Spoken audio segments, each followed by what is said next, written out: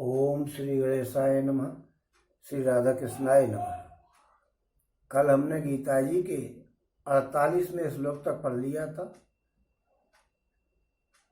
और इसमें बताया गया था कि अच्छी प्रकार से आचरण किए हुए दूसरे के धर्म से गुण रहित भी अपना धर्म श्रेष्ठ है, क्योंकि स्वभाव से नियत किए हुए स्वधर्म रूप कर्म को करता हुआ मनुष्य पाप को प्राप्त नहीं होता।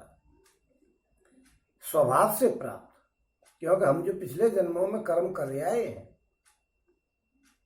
उन कर्मों के बदले में हमारा जो स्वभाव बना है, जो हमारा काम आजकल दिनचर्या बनी हुई है पूरी इस जीवन की, वो सब हमारे पिछले जन्मों के कर्मों के हिसाब से है। हमको किससे क्या लेना है, किसको क्या देना है, किसके साथ कैसा व्यवहार करना है, भगवान की हमको क्या पूजा करनी है कि नहीं करनी है, क्या करना है, किस हिसाब से करना है, पूरा जो व्यवहार है हमारे जीवन का वो सारा हमारे पिछले जन्मों के कर्मों का फल है। उन्होंने ये बताया भगवान जी ने कि अपने जो कर्म नियुक्त किए गए हैं, जिस जाति के लिए, जिस वर्ण के लिए, जिस आश्रम के लिए जो कर्म बताए गए हैं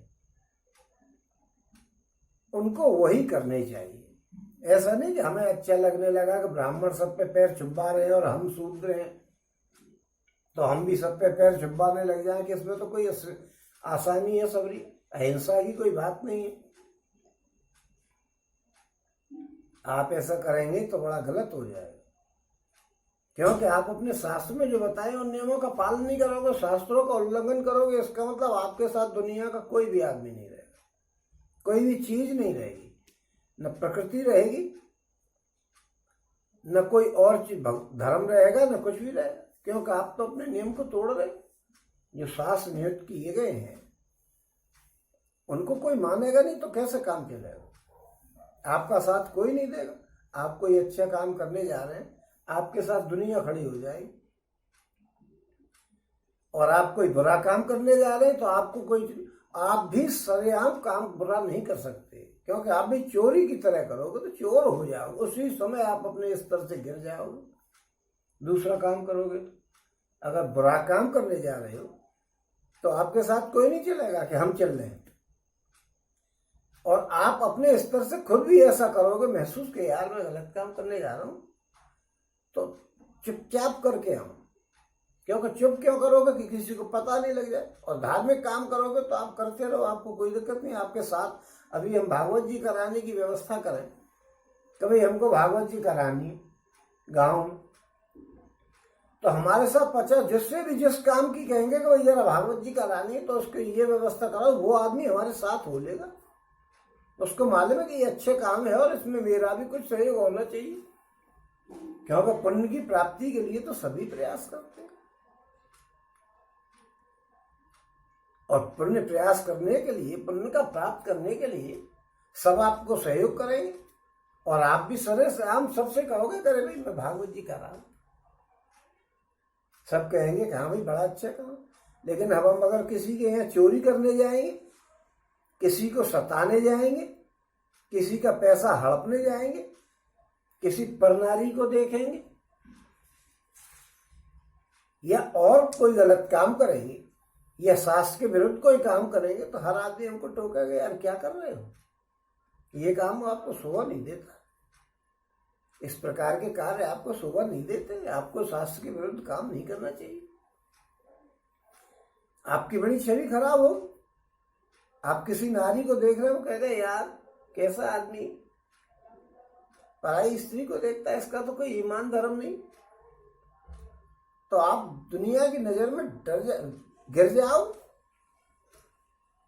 आप किसी के पैसे भी मार दोगे, नहीं दोगे, तो दुनिया कहेगी यार बेईमान है, पैसे देता नहीं, आपकी छवि कितनी खराब हो जाएगी। इसलिए हमें अपने धर्म पर आरूढ़ रहना है। जो धर्म हमारे बुजुर्गों ने, हमारे शास्त्रों में, हमारे ऋषि मुनियों ने, वो भी हमारे बुजुर्ग हैं, हमारे लिए नियत किया है, और भगवान ने कराया है ये सब कुछ, क्योंकि हमारे कर्मों का हिसाब तो भगवान के पास रहता है।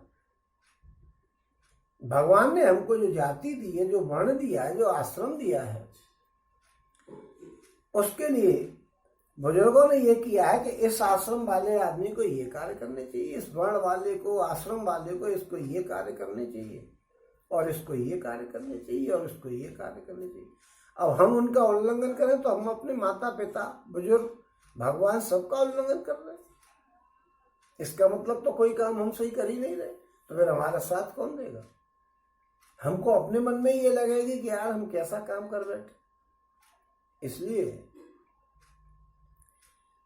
भगवान ने जो कर्म बताए हैं उनको ये कहा है कि आप जो शास्त्रों में कर्म बताए उन्हीं को करें। दूसरे का आपको ये लगे कि दूसरे का अच्छा है और हमारा खराब है, हमको सबके पैर छूने पड़ रहे हैं और दूसरा आदमी हम पे पैर छुपा रहा है, तो उसके देख करके आप जलन मत करो, अपने आप को ये मत समझो कि आपका नीचा कार्य है। आप अच्छे कार्य करो, आप अपने शास्त्र के अनुसार कार्य करो, आपको उसी कार्य से और भगवान की प्राप्ति हो जाएगी। निस्वार्थ भाव से करो। तो ये बात कल बताई गई थी कि अपने धर्म का ही कार्य करना चाहिए, लेकिन ईश्वर की भक्ति, सत्य बोलना, माता पिता की सेवा करना, इंद्रियों का संयम रखना, ब्रह्मचर्य का पालन करना और विनय से बात करनी चाहिए, झुक कर के बात करनी चाहिए, प्रेम से बात करनी चाहिए, अच्छी लगे वो बात करनी चाहिए, नम्रता से बात करनी चाहिए। ये ऐसे धर्म है जो सामान्य धर्म है, जनरल बात है, सबके लिए है। कुछ नियम ऐसे होते हैं जो विशेष होते हैं, वो विशेष ही लोग करते हैं। कुछ नियम ऐसे होते हैं जो साधारण होते हैं, उनको सब कर सकते हैं। एक हाईवे बना हुआ है, उस पर तेज चलने वाले वाहन ही जाएंगे, जो टैक्स देंगे वो जाएंगे, बड़े बड़े वाहन जाएंगे। और एक ऐसा गली बनी हुई है, सड़क बनी हुई है कि उस पर सभी वाहन जाएंगे, छोटा भी जाएगा, बड़ा भी जाएगा। तो इसी प्रकार हमारे कर्म है। तो कुछ ऐसे कर्म है जो सबके लिए सामान्य, सबको करने चाहिए, जनरल व्यवहार के हैं, जिनको शुरू में भगवान जी ने बताया कि कुल धर्म है, उनको तो हमें निभाना ही है। कुल धर्म है, जाति धर्म है, इनको तो हमें निभाना चाहिए। तो यही बात धर्म के बताने की कल बात बताई गई थी। क्योंकि ये सभी आदमी, ब्राह्मण क्यों कर्म कर लेता है?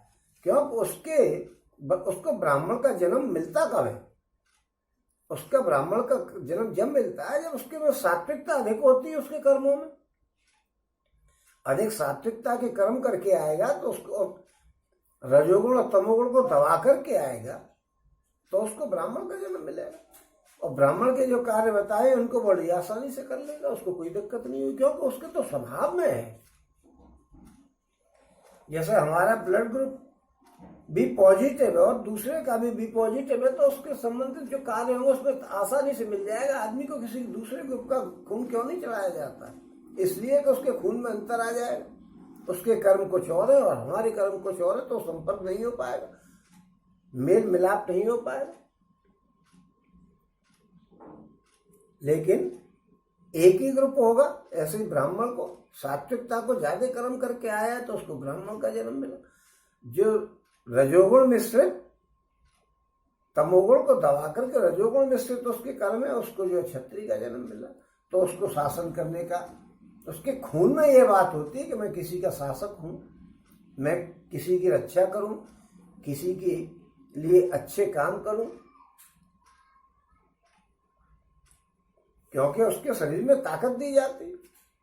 वैसे उसके खून में ये होती है, सात्विक और राजस और तामस तीनों उसमें मिले हुए रहते हैं। उसका काम धार्मिकता के कार्य करना है, उसको पैसा कमाना। रजस जो होता है, रजोगुण जो होता है उसमें ज्यादा होता है। वो धार्मिक काम करेगा तो भी उसमें पैसा कमाने की सोचेगा, उसको पैसा कमाने का काम दिया गया, क्योंकि दुनिया को चलाने के लिए ये तो जो दुनिया का रचा गया है सब हिसाब से बनाया गया है। दुनिया चलाने के लिए जनबल, अब शूद्रों का कार्य है जनबल को अधिक ताकत उनमें होनी चाहिए, उनका समूह इकट्ठा होना चाहिए, जो कि आजकल होता ही। उनको सेवा करनी चाहिए, उनको जो प्राप्त हो जाए अपने और कास्ट के लोगों के लिए सामान बना करके जो उससे पैसा हो उससे उनको जीविका चलानी चाहिए। और ये सारी व्यवस्थाएं करके समाज को अच्छे तरीके से चलाया जाता है, क्योंकि ज्ञान की भी आवश्यकता है कि किसी काम को कैसे किया जाएगा। उसके लिए ताकत की भी आवश्यकता है कि ताकत कहाँ से आएगी, काम में समर्थता होनी चाहिए। उस काम के लिए करने के लिए पैसा भी हमको चाहिए, तो पैसा भी हमारे पास होना चाहिए और उस काम को करने वाले भी चाहिए। इस प्रकार चारों वर्णों का जो भगवान ने निर्माण किया है, बनाया है और जिम्मेदारियां दी है, वो सबको निभानी चाहिए। ये बात कल बताई गई थी। और आज जो है अनेक बातें बताई गई सांख्य योग की, कर्म योग की, लेकिन संन्यास के प्रकरण में यह बात नहीं बताई गई कि संन्यास का क्या फल होता है और कर्मों में कर्तापन का अभिमान त्याग करके उपासना के सहित सांख्य योग का किस प्रकार साधन करना चाहिए। अतः यहाँ उपासना के सहित विवेक और वैराग्य पूर्वक एकांत में रहकर के साधन करने की विधि और उसका फल बतलाने के लिए पुनः सांख्य योग का प्रकरण आरंभ कर रहे हैं। तो भगवान जी कह रहे हैं, ओम असक्त बुद्धि सर्वत्र जितात्मा विगत स्पृह नैष्कर्म्य सिद्धिं परमां संन्यासेनाधिगच्छति। सर्वत्र आसक्ति रहित बुद्धि वाला, स्पृहा रहित और जीते हुए अंतःकरण वाला पुरुष सांख्योग के द्वारा उस परम नैष्कर्म्य सिद्धि को प्राप्त हो जाता है। सर्वत्र आसक्ति रहित बुद्धि, जिसकी बुद्धि में कहीं भी किसी भी चीज की, इस लोक की परलोक की, किसी भी चीज की, दुनिया के भोगों की या स्वर्ग के भोगों की, यानी अंतःकरण और इंद्रियों के सहित शरीर में उसके द्वारा किए जाने वाले कार्यों में और प्राणियों के सहित समस्त जगत में शरीर में भी उसका लगाव नहीं होना चाहिए और जो काम कर रहा है उनमें भी उसका लगाव नहीं होना चाहिए। तथा जो भोग हैं, दुनिया के आराम की चीजें हैं, उनमें भी उसका लगाव नहीं होना चाहिए। जो स्वर्ग में जाकर के आराम मिलते हैं, जो सुन रखा है, उनमें भी उसका कोई आसक्ति नहीं होनी चाहिए, इच्छा नहीं होनी चाहिए कि वो चीज मुझको मिल जाए। ऐसी चीजों का जो बिल्कुल अभाव होता है उसको कहते हैं सर्वत्र आसक्ति रहित बुद्धि वाला। और स्पृहा रहित, वो स्पृहा जिसको किसी चीज को प्राप्त करने की इच्छा है ही नहीं कि ये बनी रहे मुझ पे, ये चीज मुझ पे होनी चाहिए, इस चीज का मैं अपने पास थोड़ा सा रख लूं, ये चीज नहीं मिलेगी तो मेरे पास इस काम की कमी आ जाएगी। ऐसी विचारधारा बिल्कुल नहीं होनी चाहिए। और जीते हुए अंतःकरण वाला, अंतःकरण को जीतने का मतलब अंतःकरण, मन हमारा कहीं जाना नहीं चाहिए। जो इंद्रियां हैं, 5 ज्ञानेंद्रियां और 5 उनके सब्जेक्ट होते हैं, तो वो कर्मेंद्रियां तो कहीं जाती नहीं है, वो तो कर्म करती हैं। लेकिन जो 5 ज्ञानेंद्रियां हैं वो बड़े चंचल स्वभाव की होती है, उन पर काबू करना बड़ा मुश्किल होता है। उनको अपने बस में करना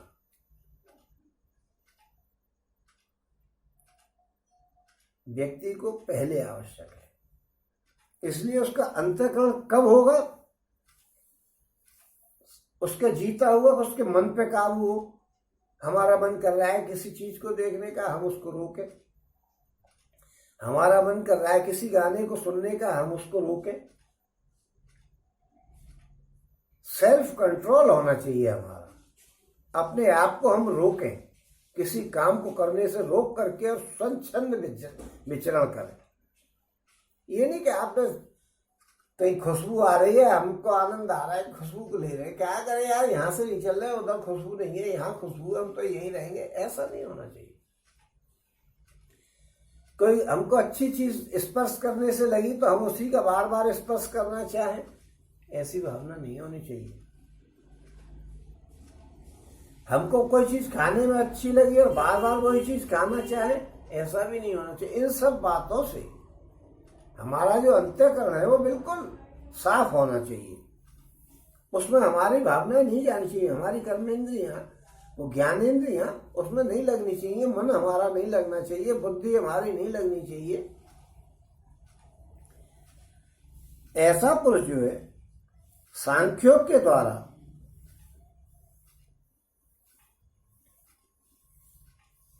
क्योंकि जिसका इंद्रियों के सहित अंतःकरण में बस में है, मन कहीं भी हमारा नहीं जाएगा, वही आदमी ज्ञानियों के द्वारा उस परम निष्काम सिद्धि को प्राप्त करने का अधिकारी हो जाता है।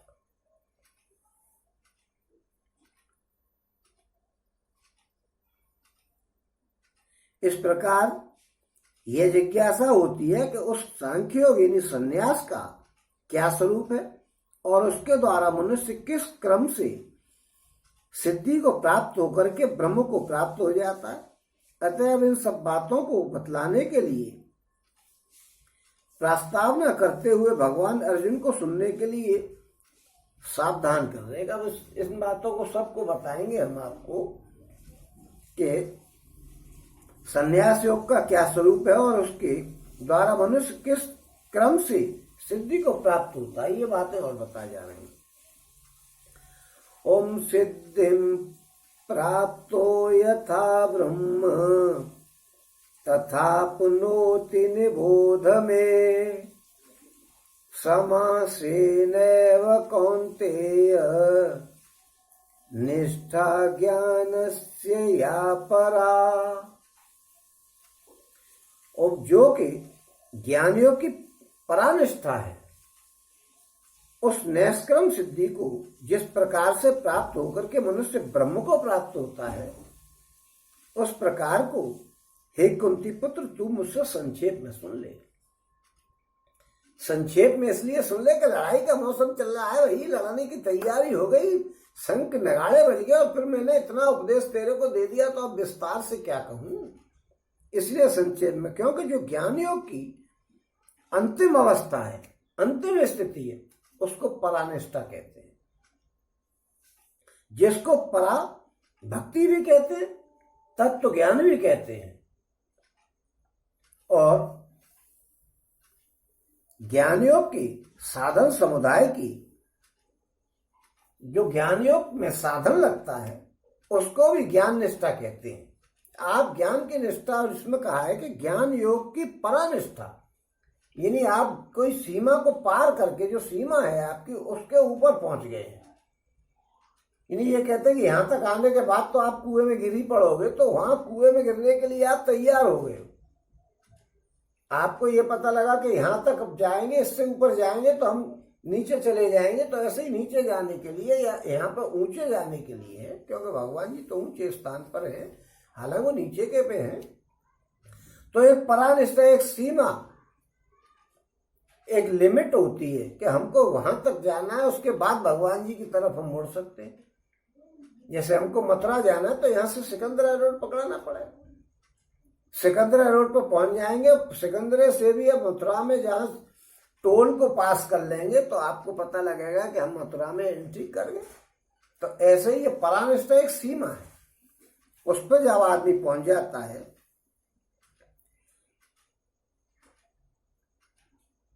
उस नैष्क्रम सिद्धि को जिस प्रकार से प्राप्त होकर के मनुष्य ब्रह्म को प्राप्त होता है, फिर उसको ब्रह्म को प्राप्त होता है, तो कैसे वहां पहुंचता है, ये बात बताई जा रही।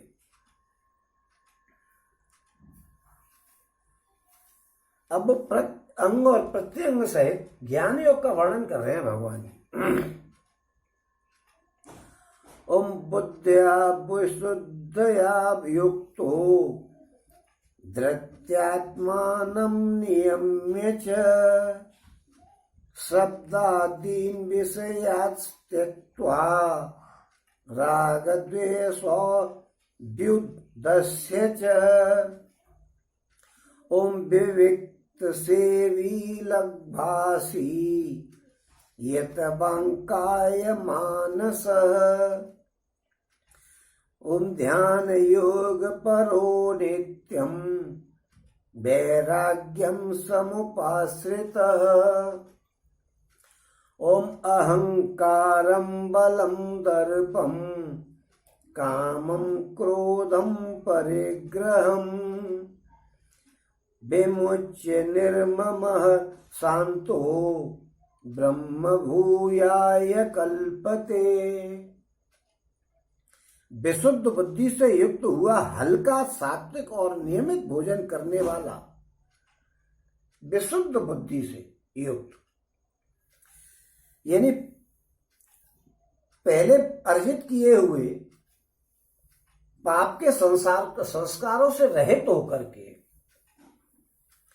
अंतःकरण की जो विशुद्ध बुद्धि है उसको विशुद्ध बुद्धि कहते हैं। उसके अनुसार उस बुद्धि से जो पाप कर्मों से रहित होकर के जो बुद्धि हमारी निर्मल हो जाती है, उस बुद्धि से रहित होकर के तथा हल्का सात्विक और नियमित भोजन करने वाला। हल्का भोजन कर, ये नहीं कि ज्यादा खा लिया और जमाइयां ले रहे हैं। हल्का सात्विक, आप गलत भोजन भक्ष्य को कर जाओगे तो आपको किसी काम में करने की क्षमता नहीं रहेगी आपके शरीर में, क्योंकि वो जिस चीज को खाओगे आप वो चीज को अपना असर करेंगे। क्योंकि ये तो हम सभी जानते हैं कि जैसा खाएगा अन्न वैसा बनेगा मन। तो भक्ष्य को छोड़ करके सात्विक और नियमित भोजन, ये नहीं कि हम 3-3 बार खा रहे हैं, 4-4 बार खा रहे हैं, 5-5 बार खा रहे हैं, जब लगे इधर से आए उधर से कुछ खा गए, इधर से आए उधर से कुछ खा गए। ऐसा नियमित, नियम के अनुसार खाइए। सुबह दोपहर शाम खाते हैं तो सुबह दोपहर शाम खाएं, सुबह शाम खाते हैं तो सुबह शाम खाएं, एक टाइम खाते हैं तो एक टाइम खाएं। शब्दादि विषयों का त्याग करके एकांत और शुद्ध देश का सेवन करने वाला। शब्दादि विषय वही 5 कर्मेंद्रिय जो है,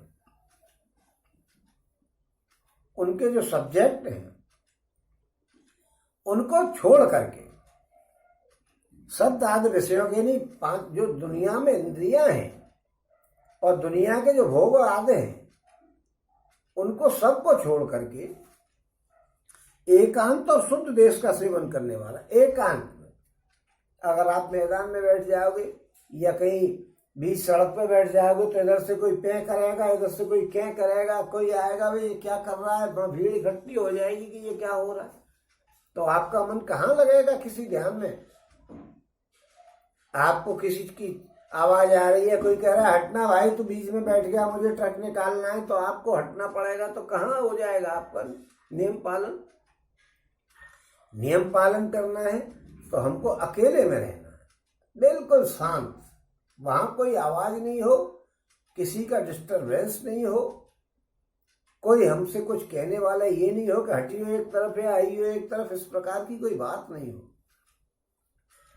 और शुद्ध देश का सेवन करने वाला, देश स्थान शुद्ध होना चाहिए। इधर से किसी ने लहसुन और प्याज छौंक दिया, अब आपके बदबू के वाला दिमाग खराब है तो आप पूजा कहाँ कर पाओगे, कहाँ भगवान का ध्यान कर पाओगे। आपका ध्यान तो उधर चला जाएगा कि उसने ये क्या छौंक दिया, कैसी बदबू आ रही। आप किसी गलत जगह पे बैठ गए और वहां कीड़े मकोड़े आपके ऊपर चढ़ने लग गए तो कैसे लगेगा आपका। फिर बार बार कीड़े कोई भगाते रहना, हट भाई क्या हो रहा है, आपका ध्यान भगवान में कैसे लगेगा।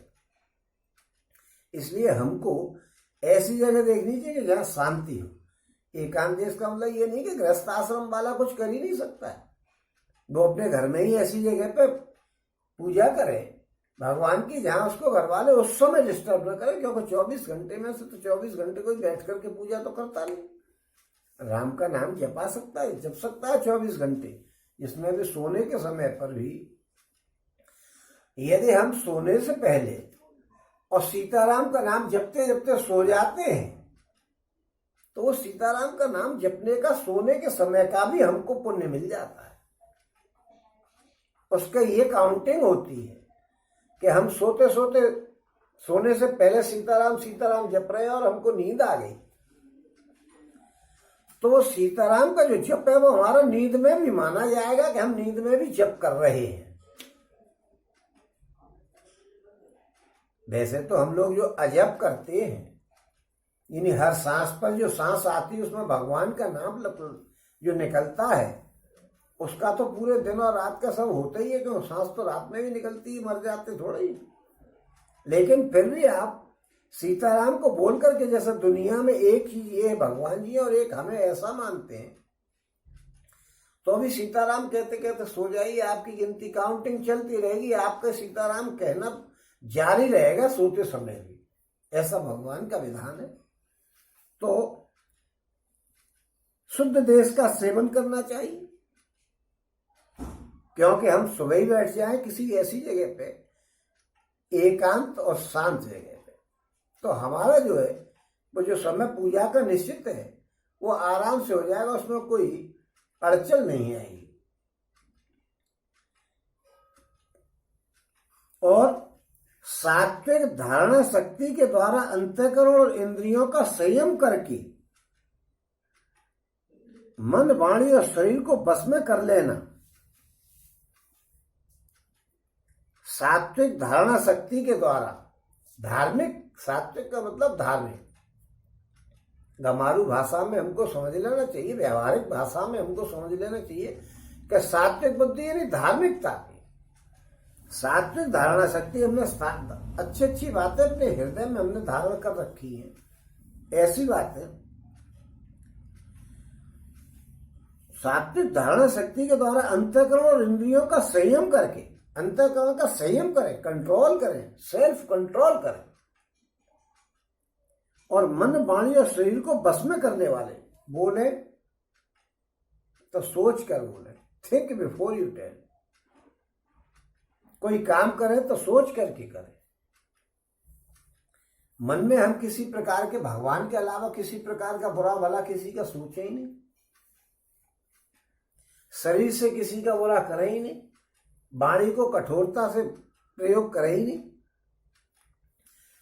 ऐसा काम करने वाला राग द्वेष को सर्वदा नष्ट करके, राग और द्वेष पूरे सातों जीवन में राग और द्वेष छिपे हुए हैं, हर एक जीवन, हर आदमी के यहाँ जितने भी दुनिया में चीज है उसमें राग और द्वेष छिपे हुए हैं।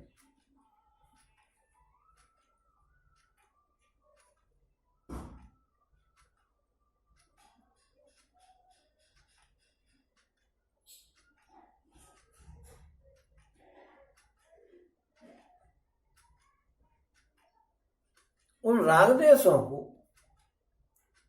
यानी राग कहते हैं किसी चीज जो अच्छी लगती है उसमें मन लगने लगता है, उसे राग कहते हैं। फिर उसमें अनुराग हो जाता है, जो चीज हमको अच्छी लग रही है वो राग है, और उसमें प्रेम हो गया, लगाव हो गया, तो वो अनुराग है। और द्वेष, जो चीज हमको बुरी लग रही है, यानी हमको कोई चीज अच्छी और कोई चीज बुरी नहीं लगनी चाहिए, क्योंकि द्वेष इससे होगा कि जो चीज बुरी लग रही, किसी ने हमसे कुछ कह दिया, वो बुरी बात कह दी, कोई समाज में काम हो रहा है तो वो हमको बुरा लग रहा है, या जो भी काम बुरा है जो हमारे प्रतिकूल है, अनुकूल नहीं है, उसको हम द्वेष मानते हैं उससे। तो जो राग और द्वेष, यानी अपनी अच्छी लगने वाली चीज और बुरी लगने वाली भावना तो होनी नहीं चाहिए।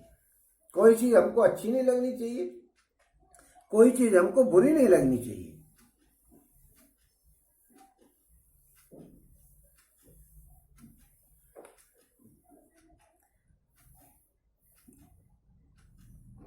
और भली भांति दृढ़ वैराग्य का आश्रय लेने वाला, भली भांति दृढ़ वैराग्य इंद्रियों के भोगों से, क्योंकि इंद्रियों के भोगों में राग और द्वेष छिपे रहते हैं। आप इंद्रिय किसी को भी देखोगे आपको अच्छा लगने लग जाएगा, और दूसरी चीज आपको कोई बुरी भी लग जाएगी कि ये चीज हमको अच्छी लग रही है, ये बुरी लग रही है। तो वो राग द्वेष जो है इस लोक या परलोक में किसी भी भोग में या किसी भी प्राणी में तथा किसी भी पदार्थ में आसक्ति या द्वेष नहीं करना चाहिए हमें, क्योंकि राग और द्वेष का नाश करके जो निष्प्रय भाव से आदमी विचरण करता है और निरंतर वैराग्य में मग्न रहता है, यही राग द्वेष का नाश करके और भली भांत वैराग्य का आश्रय लेना है। अहंकार, बल, घमंड, काम, क्रोध और परिग्रह का त्याग करके अहंकार, शरीर, इंद्रिय और अंतःकरण में जो आत्मबुद्धि है वही अहंकार है, उसी का नाम अहंकार है। अरे मैं करता हूं, मैं ये कर दूंगा, मैं वो कर दूंगा, मेरा ये ऐसा है, मैंने ये कर दिया, मैं उसको ये देख लूंगा, मैं उसको यूं कर दूंगा, ये अहंकार बुद्धि है। अहंकार, बल, बल किसको कहते हैं कि देह अभिमान का जो सर्वदा त्याग कर देता है उसको अहंकार का त्याग किया हुआ माना जाता है। कि हमने देह अभिमान है, हम यूं कर देंगे, उसको त्याग दो, वो बिल्कुल नहीं होना चाहिए। और अन्यायपूर्वक या जबरदस्ती किसी दूसरे के ऊपर अपना प्रभुत्व जमाने में जो चीज प्रयोग की जाती है उसको बल कहते हैं। और घमंड,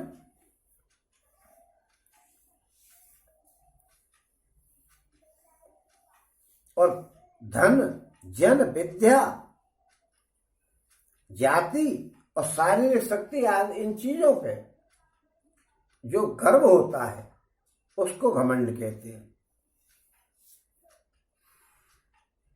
ऐसे भाव को बिल्कुल त्याग दे, बल के भाव को बिल्कुल त्याग दे, उसी को क्या कहते हैं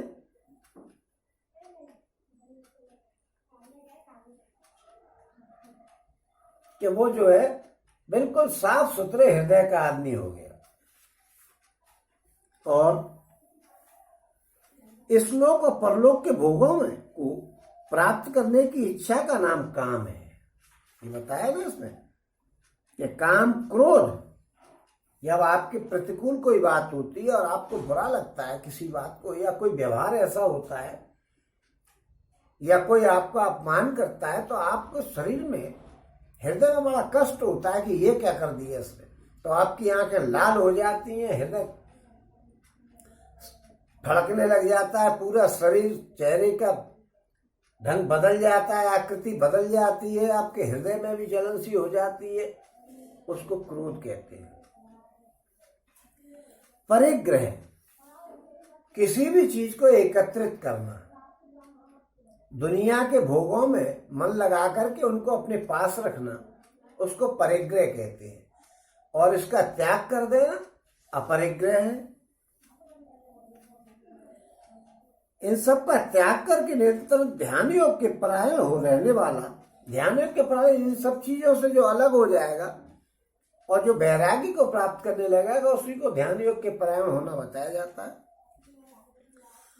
और ममता रहे, किसी चीज में मन नहीं लगाना चाहिए। ये मेरा लड़का है, ये मेरी बहू है, ये मेरा पुत्र है, ये मेरी पत्नी है, ये मेरी बेटी है, ये मेरा घर है, ये मेरा खेत है, ये मेरा ये है, ये मेरा टीवी है, ये मेरा, किसी भी चीज में कोई ममता नहीं होनी चाहिए। और शांति युक्त पुरुष, जिसका मन शांत है, किसी दुनिया से उसको कोई लेना ही देना नहीं, किसी दुनिया में क्या हो रहा है उसको कोई मतलब नहीं।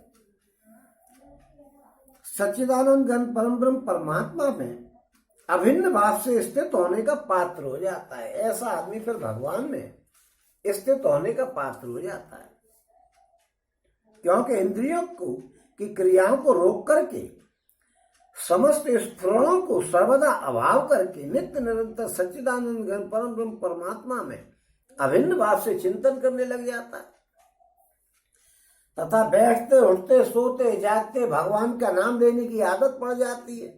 तो ऐसा आदमी भगवान को प्राप्त करने का अधिकारी बन जाता है।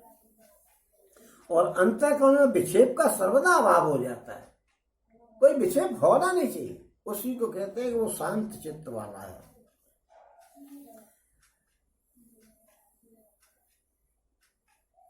और जब ऐसी स्थिति हो जाती है तो आदमी समस्त जगत को अपने में स्थित और समस्त जगत में अपने आप को स्थित देखता है। यही भगवान को प्राप्त होना है, प्राप्त होने की स्थिति पे आना है।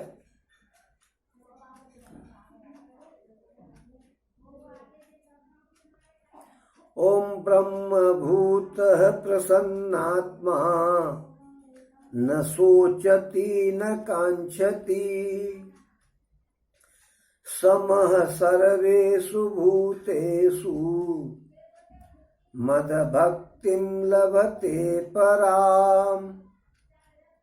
फिर वो सच्चिदानंद घन परम ब्रह्म में एक ही भाव से स्थित प्रसन्न मन वाला योगी न तो किसी के लिए शोक करता है और न किसी की आकांक्षा ही करता है। ऐसा समस्त प्राणियों में संभाव वाला योगी मेरी पराभक्ति को प्राप्त हो जाता है। जो सच्चिदानंद परम ब्रह्म में ही एक ही भाव से लगा हुआ है, सच्चिदानंद घन परम ब्रह्म परमात्मा में जिसका एक ही भाव है कि उसके अलावा उसकी नजर में कोई दूसरी चीज नहीं है। और प्रसन्न मन वाला अपने मन में बड़ा प्रसन्न है कि मैं भगवान के काम में लगा हुआ हूं। हम छोटा छोटा काम करते हैं तो कितने प्रसन्न हो जाते हैं। किसी को हमें कुछ दान करना है तो हम सरेआम खड़े होकर के दान करने को दिखाते हुए या करेंगे, अपने मन में कितनी प्रसन्नता होगी कि हम ये चीज दान कर रहे हैं। चोरी कर रहे हैं तो छुपाव होगा, लेकिन दान कर रहे हैं तो बड़े प्रसन्न होंगे। तो जिस आदमी को भगवान प्राप्त होने वाले हो उसके मन में कैसी प्रसन्नता होगी, कल्पना भी नहीं कर सकते हम तो उस खुशी की। तो ऐसा ही होगी प्रसन्न मन वाला न तो किसी के लिए शोक करता है, क्योंकि दुनिया में तो उसका एक ही भाव, भगवान में उसके भाव लग गया कि भगवान है, इसके अलावा कोई है नहीं, तो शोक किसके लिए कर। जब दुनिया में भगवान के अलावा कोई और है ही नहीं और उसका कोई है नहीं, और न किसी की आकांक्षा करता है, कोई इच्छा नहीं करता कि ये चीज मुझे मिल जाए, क्योंकि भगवान सब कुछ भगवान, उनसे बड़ा कोई नहीं। ऐसा समस्त प्राणियों में संभाव वाला योगी, सभी प्राणियों में समभाव से व्यवहार करने वाला, देखने वाला कि भगवान मेरे अंदर भी है, इसके अंदर भी है, उसके अंदर भी है, आपके अंदर भी है, सबके अंदर भगवान। तो संभाव करेगा, क्योंकि अब भगवान के लिए तो कोई गलत काम कर ही नहीं सकता। ऐसा जो योगी होता है वो मेरी पराभक्ति को प्राप्त करने का प्राप्त हो जाता है।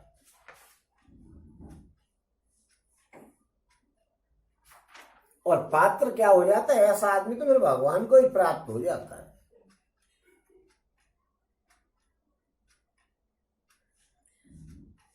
क्योंकि भगवान के पास पहुंच गया। इस प्रकार ब्रह्मभूत योगी को पराभक्ति की प्राप्ति बतला करके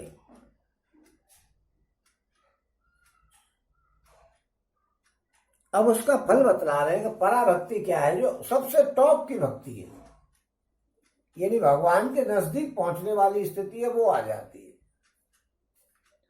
उसके बाद फिर क्या होता है, ओम भक्त्या माम भिजानाति यावान्यश्चास्मि तत्त्वतः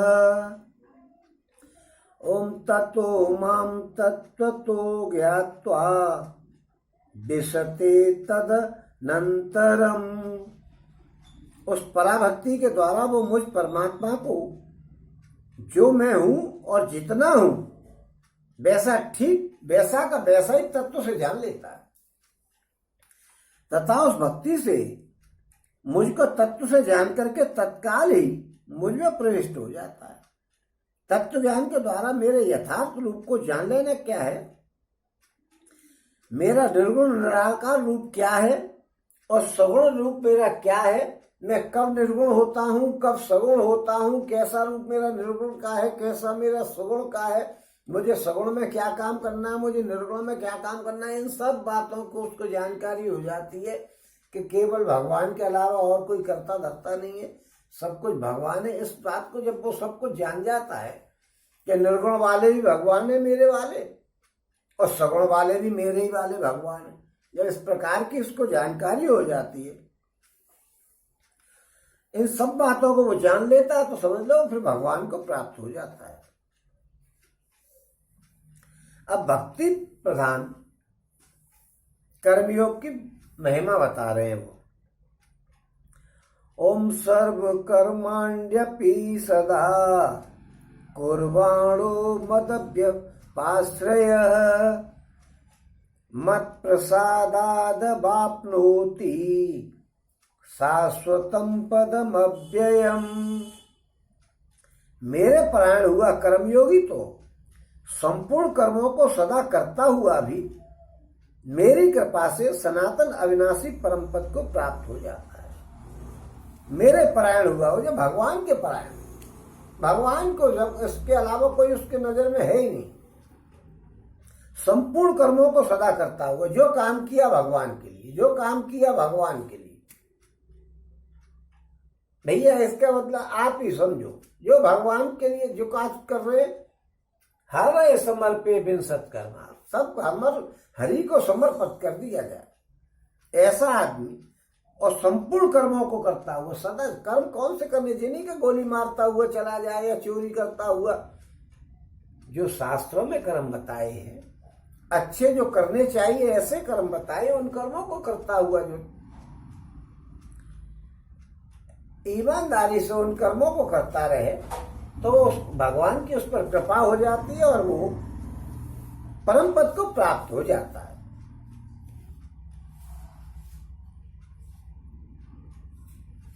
सनातन अविनाशी परम पद, जो शुरू से है और जिसका कभी नाश नहीं होता है, ऐसे परम पद को प्राप्त हो जाता है।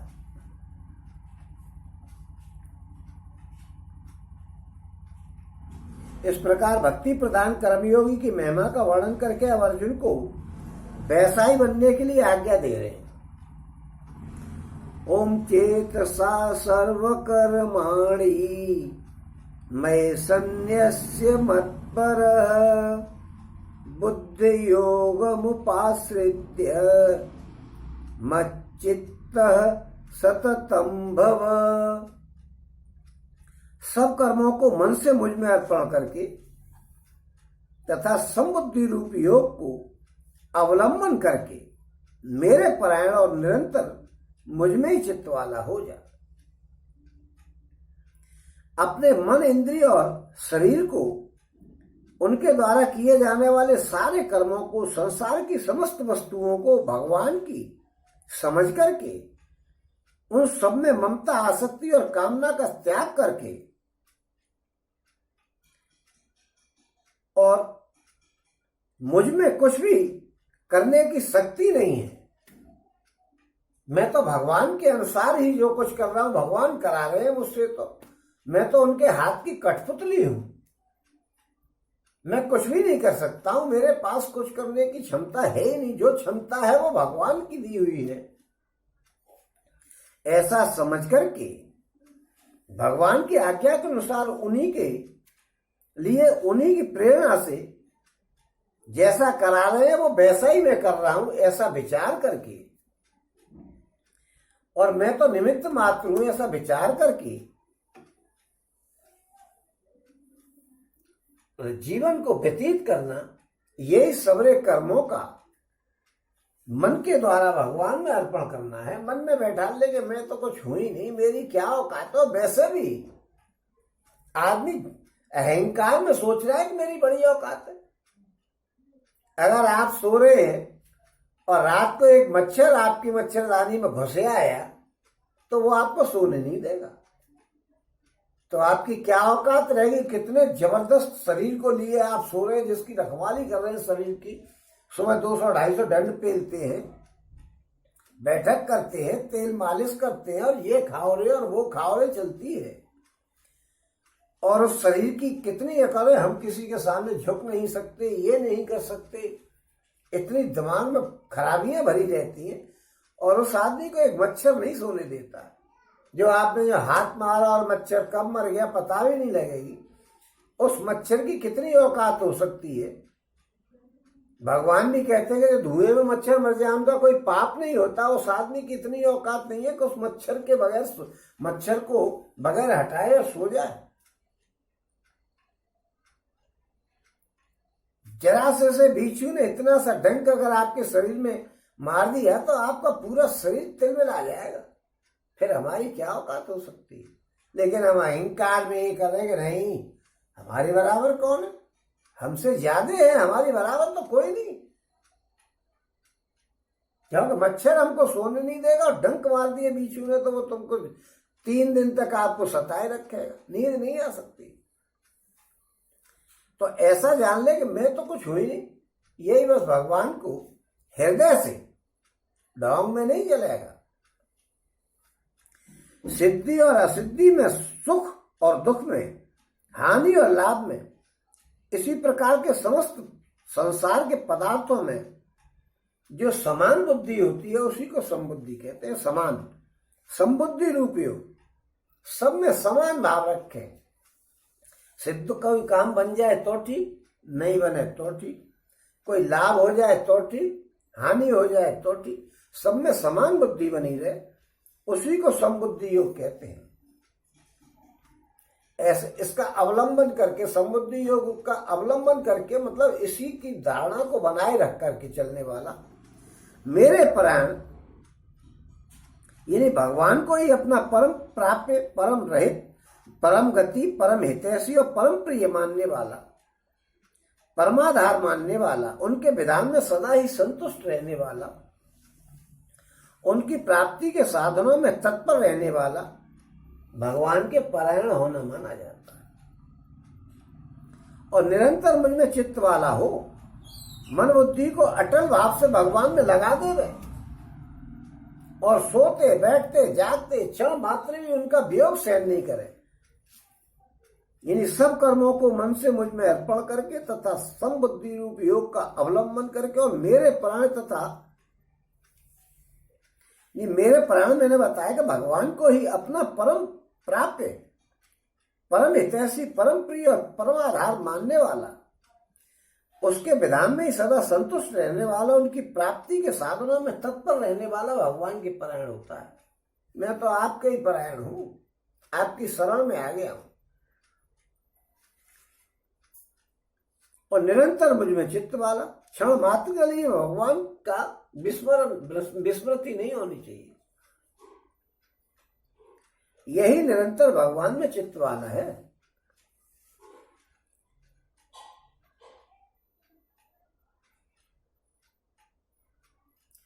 उम्मच्चित्तः सर्वदुर्गाणि मत्प्रसादात् हृष्यसि अथ चेत्त्वमहङ्कार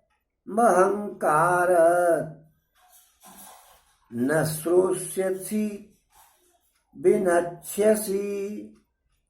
उपयुक्त प्रकार से मुझ में चित्त वाला होकर के तू मेरी कृपा से समस्त संकटों को अनायास ही पार कर जाएगा। मेरी कृपा से फिर भगवान की कृपा हो जाएगी। जैसे आपने कोई काम कर दिया और आप किसी थानेदार के मित्र हैं तो वो थानेदार आपको सब झंझटों से पार करके आपके केस को इतना आसान कर देगा कि आपको अंत तक किसी प्रकार की परेशानी नहीं होगी। हर जगह से आपको छूट मिलती जाएगी, जमानत हो जाएगी, केस भी खत्म हो जाएगा। लेकिन आपको थानेदार के अनुसार ही चलना पड़ेगा। तो वो थानेदार हमारे भगवान है। उपयुक्त प्रकार से मुझ में चित्त वाला होकर के तू मेरी कृपा से समस्त संकटों को अनायास ही पार कर जाएगा। यदि अहंकार के कारण मेरे वचनों को नहीं सुनेगा तो नष्ट हो जाएगा, अर्थात परमात्मा से भ्रष्ट हो जाएगा। क्योंकि अहंकार के कारण तू नहीं सुनेगा, क्योंकि जब भगवान के परायण है अर्जुन, उन्होंने कह दिया मैं आपका भक्त हूं, आपका सेवक हूं, आपके परायण हूं, तो वो अलग तो है नहीं। फिर अगर अहंकार कर लेंगे तो वो उनका कुछ नहीं रहा रिश्ते में, क्योंकि न गुरु चेला रहा, न दोस्त रहा, न कुछ नहीं। अहंकार करेगा, क्योंकि अहंकार में दोस्त से क्या अहंकार है, अपने गुरु से क्या अहंकार है। तो फिर वो पराया हो जाएगा, तो फिर वो नष्ट हो जाएगा। अपना बना रहेगा तो कोई दिक्कत नहीं।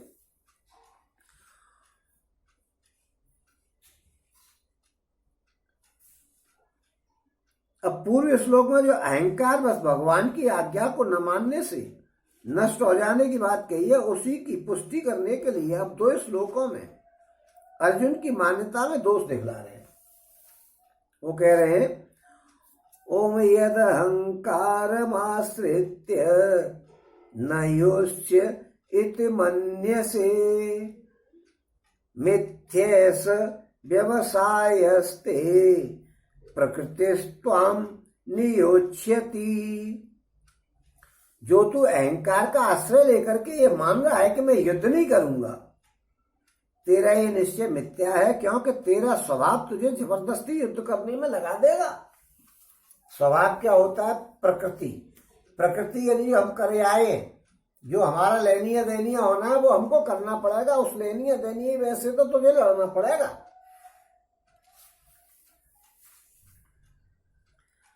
ओम स्वभावजेन कौन्तेय निबद्ध स्वेन कर्मणा कर्तुम नेच्छसि येन मोहात् करिष्यस्य पशोऽपि तत्।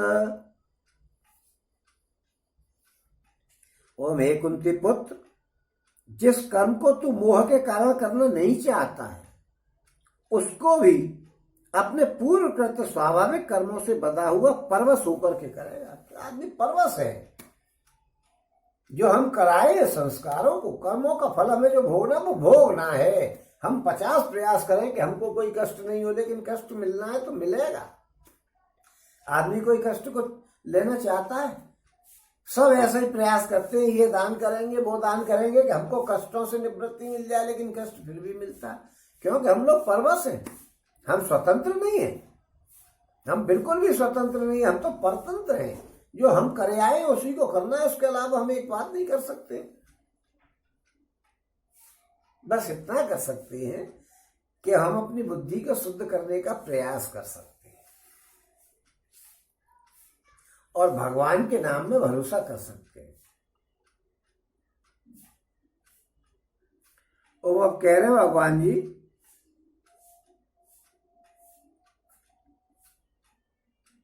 कि पूर्व श्लोक में कर्म करने में मनुष्य को स्वभाव के अधीन बतलाया गया। इस पर यह शंका हो सकती है कि प्रकृति या स्वभाव जड़ है, वो किसी को अपने वश में कैसे कर सकता है।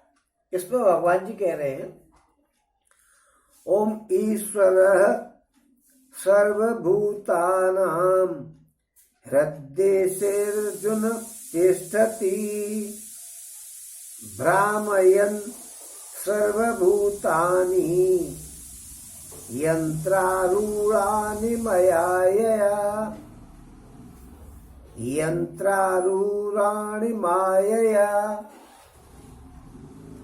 ओम हे अर्जुन, शरीर रूप यंत्र में आरूढ़ हुए संपूर्ण प्राणियों को अंतर्यामी परमेश्वर अपनी माया से उनके कर्मों के अनुसार भ्रमण कराता हुआ सब प्राणियों के हृदय में स्थित है। भगवान स्थित है। जैसे रेलगाड़ी को चलाने वाला उसके अंदर बैठा हुआ और रेलगाड़ी चली जा रही है, ऐसे ही हमारे शरीर रूप जो चल रहा है इसके अंदर भगवान जी बैठे हुए चलाने वाले। हमारा शरीर चल रहा है, भगवान जी चला रहे हैं, क्योंकि वो आदमी जो है वो अगर रेलगाड़ी में से नहीं हो तो रेलगाड़ी खड़ी रह जाएगी, हमारा मृत शरीर पड़ा रह जाएगा। अगर जो भगवान जी निकल गए, जीवात्मा निकल गया तो इस प्रकार जो रेलगाड़ी चल रही है तो उसको जो ड्राइवर है उसको चला रहा है, वो उसका मुख्य चलाने वाला है। ऐसे ही जो हमारा जीवन चल रहा है, शरीर रूपी यंत्र में आरूढ़ हुए संपूर्ण प्राणियों को अंतरामी परमेश्वर अपनी माया से उसके कर्मों के अनुसार भ्रमण कराते हैं। जो कर्म करे आया है उसके अनुसार ही उसको फल मिलता चलेगा और वो भ्रमण करता चलेगा। और सब प्राणियों के हृदय में स्थित है। रेलगाड़ी में चलाने वाला स्थित है कि नहीं? नहीं तो वो खड़ी रह जाएगी। ऐसे ही हमारे हृदय में हमारे जीव रूपी जो है भगवान जी जो है वो स्थित है। वो हमको हमारे कर्मों के अनुसार चला रहे हैं। हालांकि वो खुद भी चलते हैं उसके साथ, इसलिए आत्मा की अनेकता हमको प्रतीत होती है।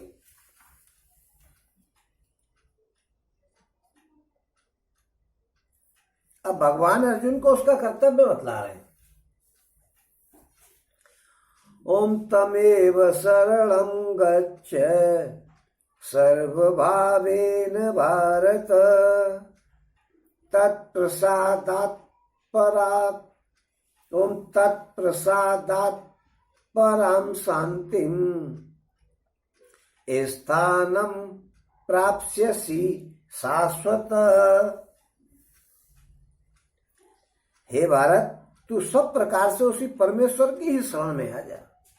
जो रेलगाड़ी को चलाने वाले भगवान जी है ना, उसकी शरण में आ जा कि कैसे चलाएंगे, क्योंकि उनको तो मालूम है, कर्मों के अनुसार भ्रमण करा रहे हैं, स्टेशनों के अनुसार भ्रमण करा रहे हैं कि इस स्टेशन पर जाना है, यहाँ से बंबई जाना है तो कितने स्टेशनों पर रुकना पड़ेगा, सारे काम कराते हुए ले चल रहे, कितने स्टेशनों पर रुकना पड़ेगा आपको।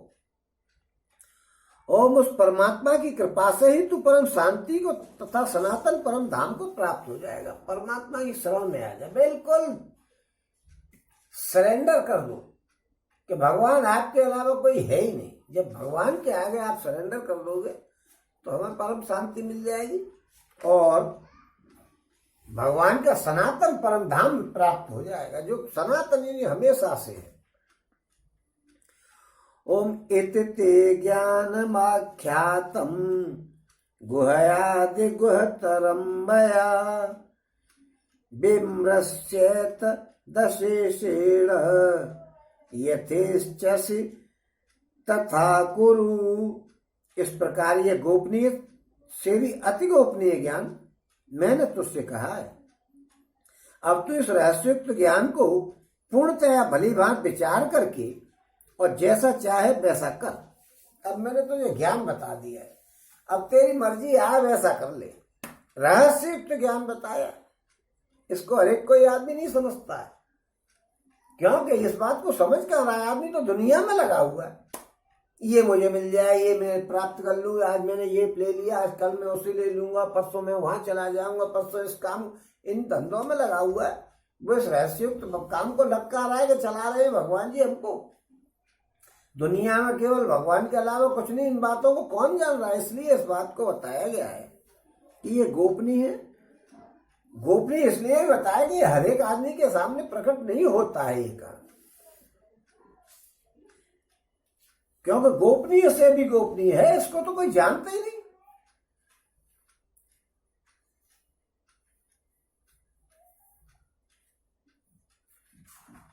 अब वो कह रहे हैं ओम सर्वगुहतं भूयः शृणु मे परमम्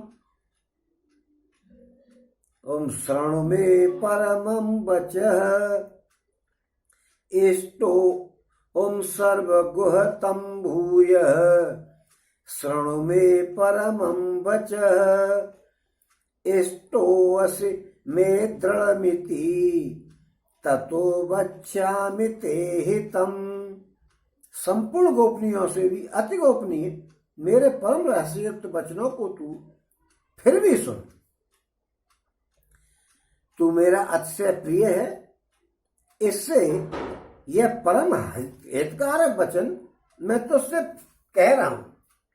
तू जो गोपनीय बात मैंने बताई इसको तू मुझसे फिर सुन ले, क्योंकि तू मेरा अतिशय प्रिय है, इससे यह परम हितकारक वचन मैं तुझसे कहता हूं।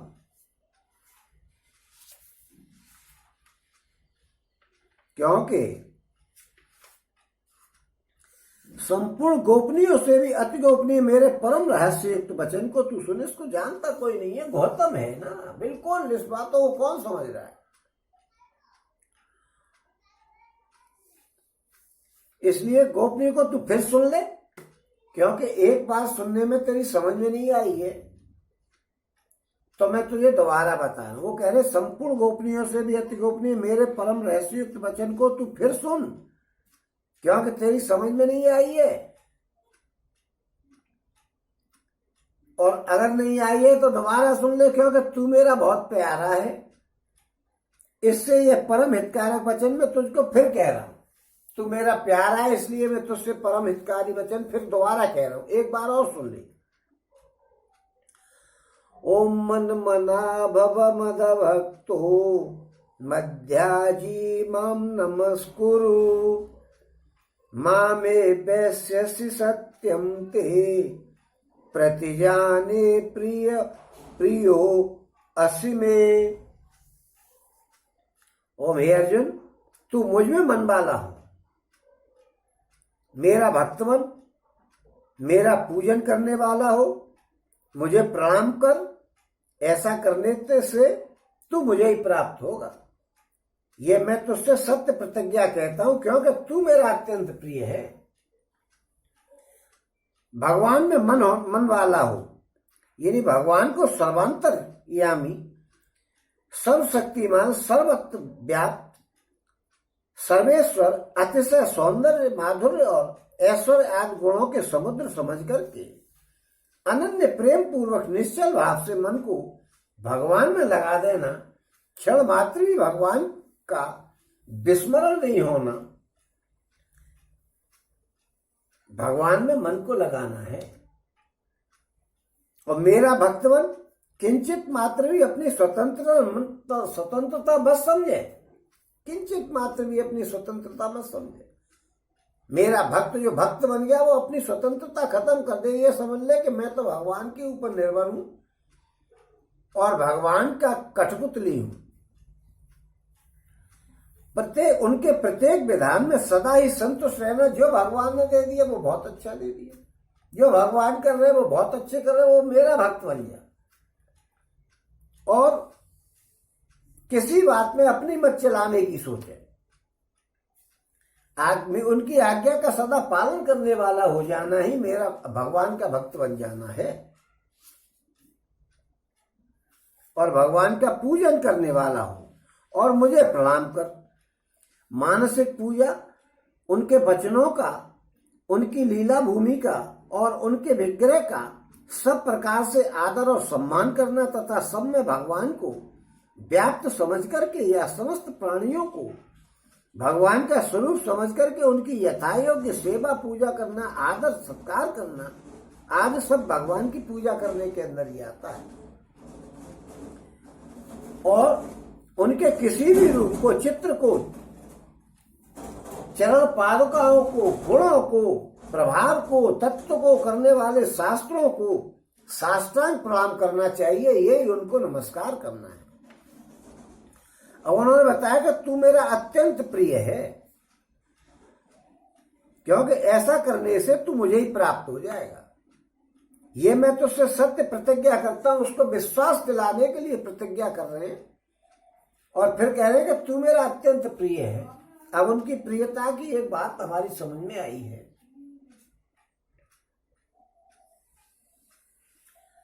कि वो इतने प्रिय थे कि उनके साथ रहते थे भगवान जी। संजय ने एक बार धृतराष्ट्र को बात बताई कि वो कन्हैया जी को और अर्जुन को एक दूसरे के अंतःकरण में भी प्रवेश करने की बिना इजाजत के मंजूरी थी। और संजय अर्जुन के इतने प्रेमी थे कि वो भी उनके अंतःकरण में एंट्री मार सकते थे बगैर कुंडी खटखटाए।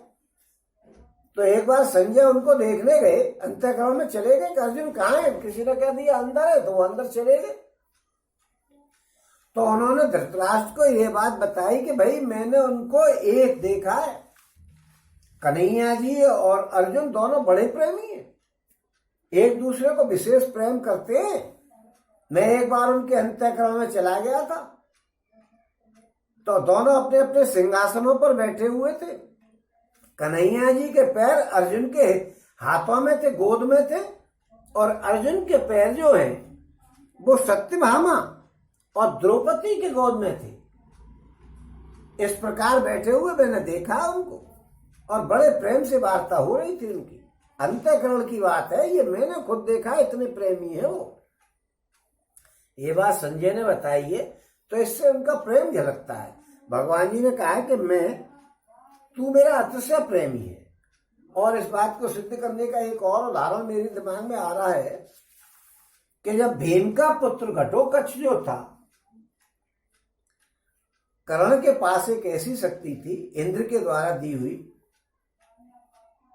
कि वो जो है एक आदमी पर चला देगा, वो आदमी मर जाएगा चाहे वो कोई भी हो। लेकिन उस शक्ति की एक विशेषता थी कि वो एक ही बार चलेगी, क्योंकि कुंडल और कवच को ले गए थे इंद्र, तो कर्ण ने एक शक्ति मांग ली थी उनसे। क्यों? कुंडल कवच और जब तक उन पे होते तो उन्हें कोई विजय नहीं कर पाता था कर्ण को। तो उन्होंने सोचा इसको मरवाना तो है ही, भगवान जी तो दिमाग से चलते हैं, कवच और कुंडल इस पे से नहीं हटाएंगे तो ये मरेगा नहीं।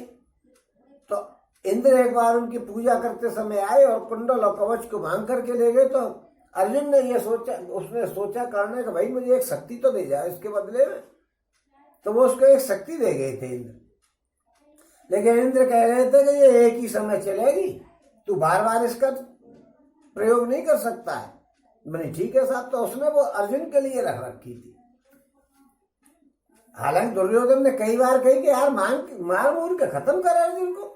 उन्हें कही यार मारूंगा, और वो रोज सोच करके जाए कर्ण कि आज मैं अर्जुन को मार ही दूंगा, इस शक्ति का प्रयोग कर ही दूंगा।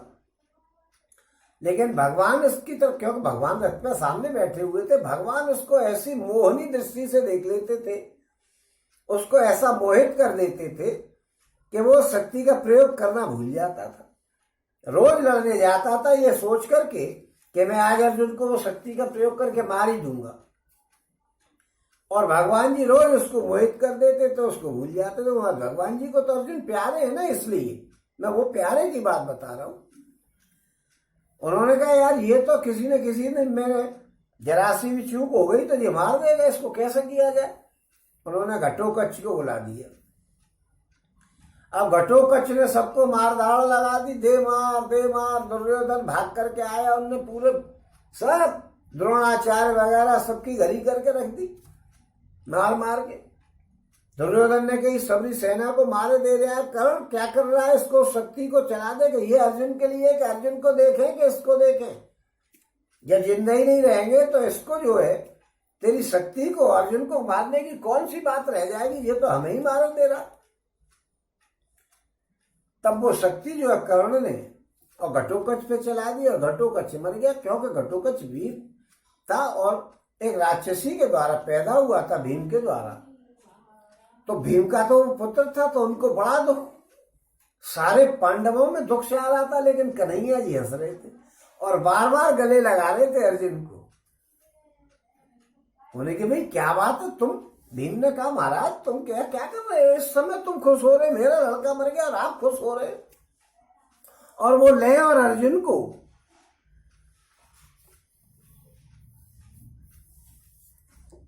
बार बार हृदय से लगाए।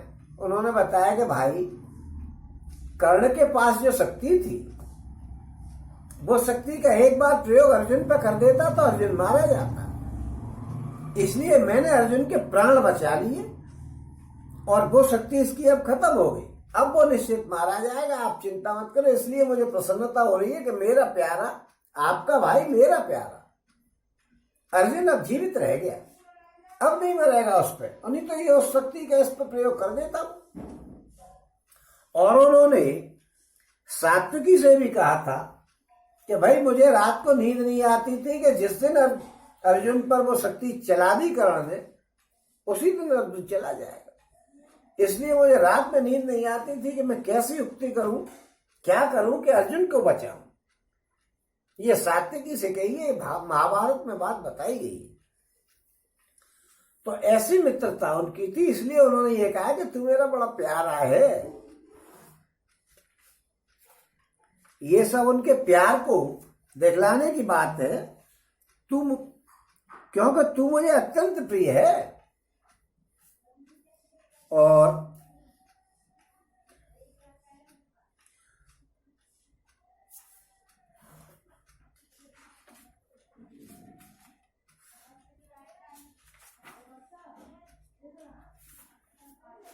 ओम सर्वधर्मान्य रित्यज्य मामेकं शरणं व्रज अहं त्वां सर्व पापेभ्यो मोक्ष्यिष्यामि मा शुचः। ओम सर्व धर्मान परित्यज्य मामेकं शरणं व्रज अहं त्वा सर्व पापेभ्यो मोक्षयिष्यामि मा शुचः।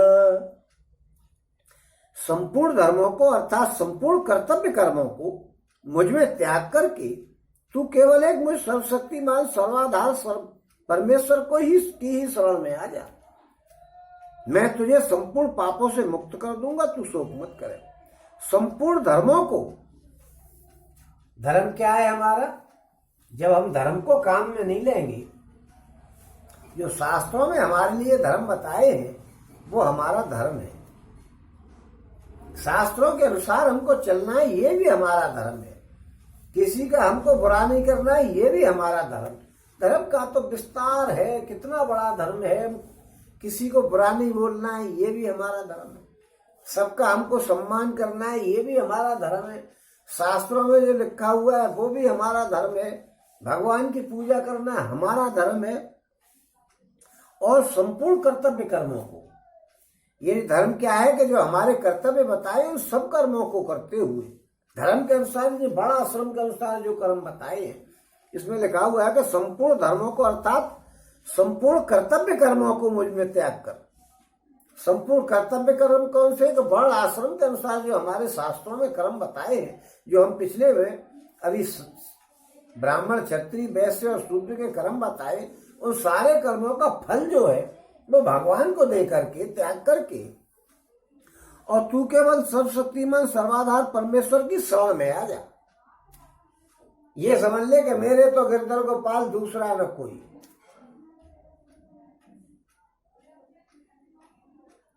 अभी शरण में आने का बताई, पिछले में भी चले बताई थी कि आप मेरी शरण में आ जाओ। आई समझ में? तो वो शरण में बुला रहे हैं कि तू मेरी शरण में आ जा।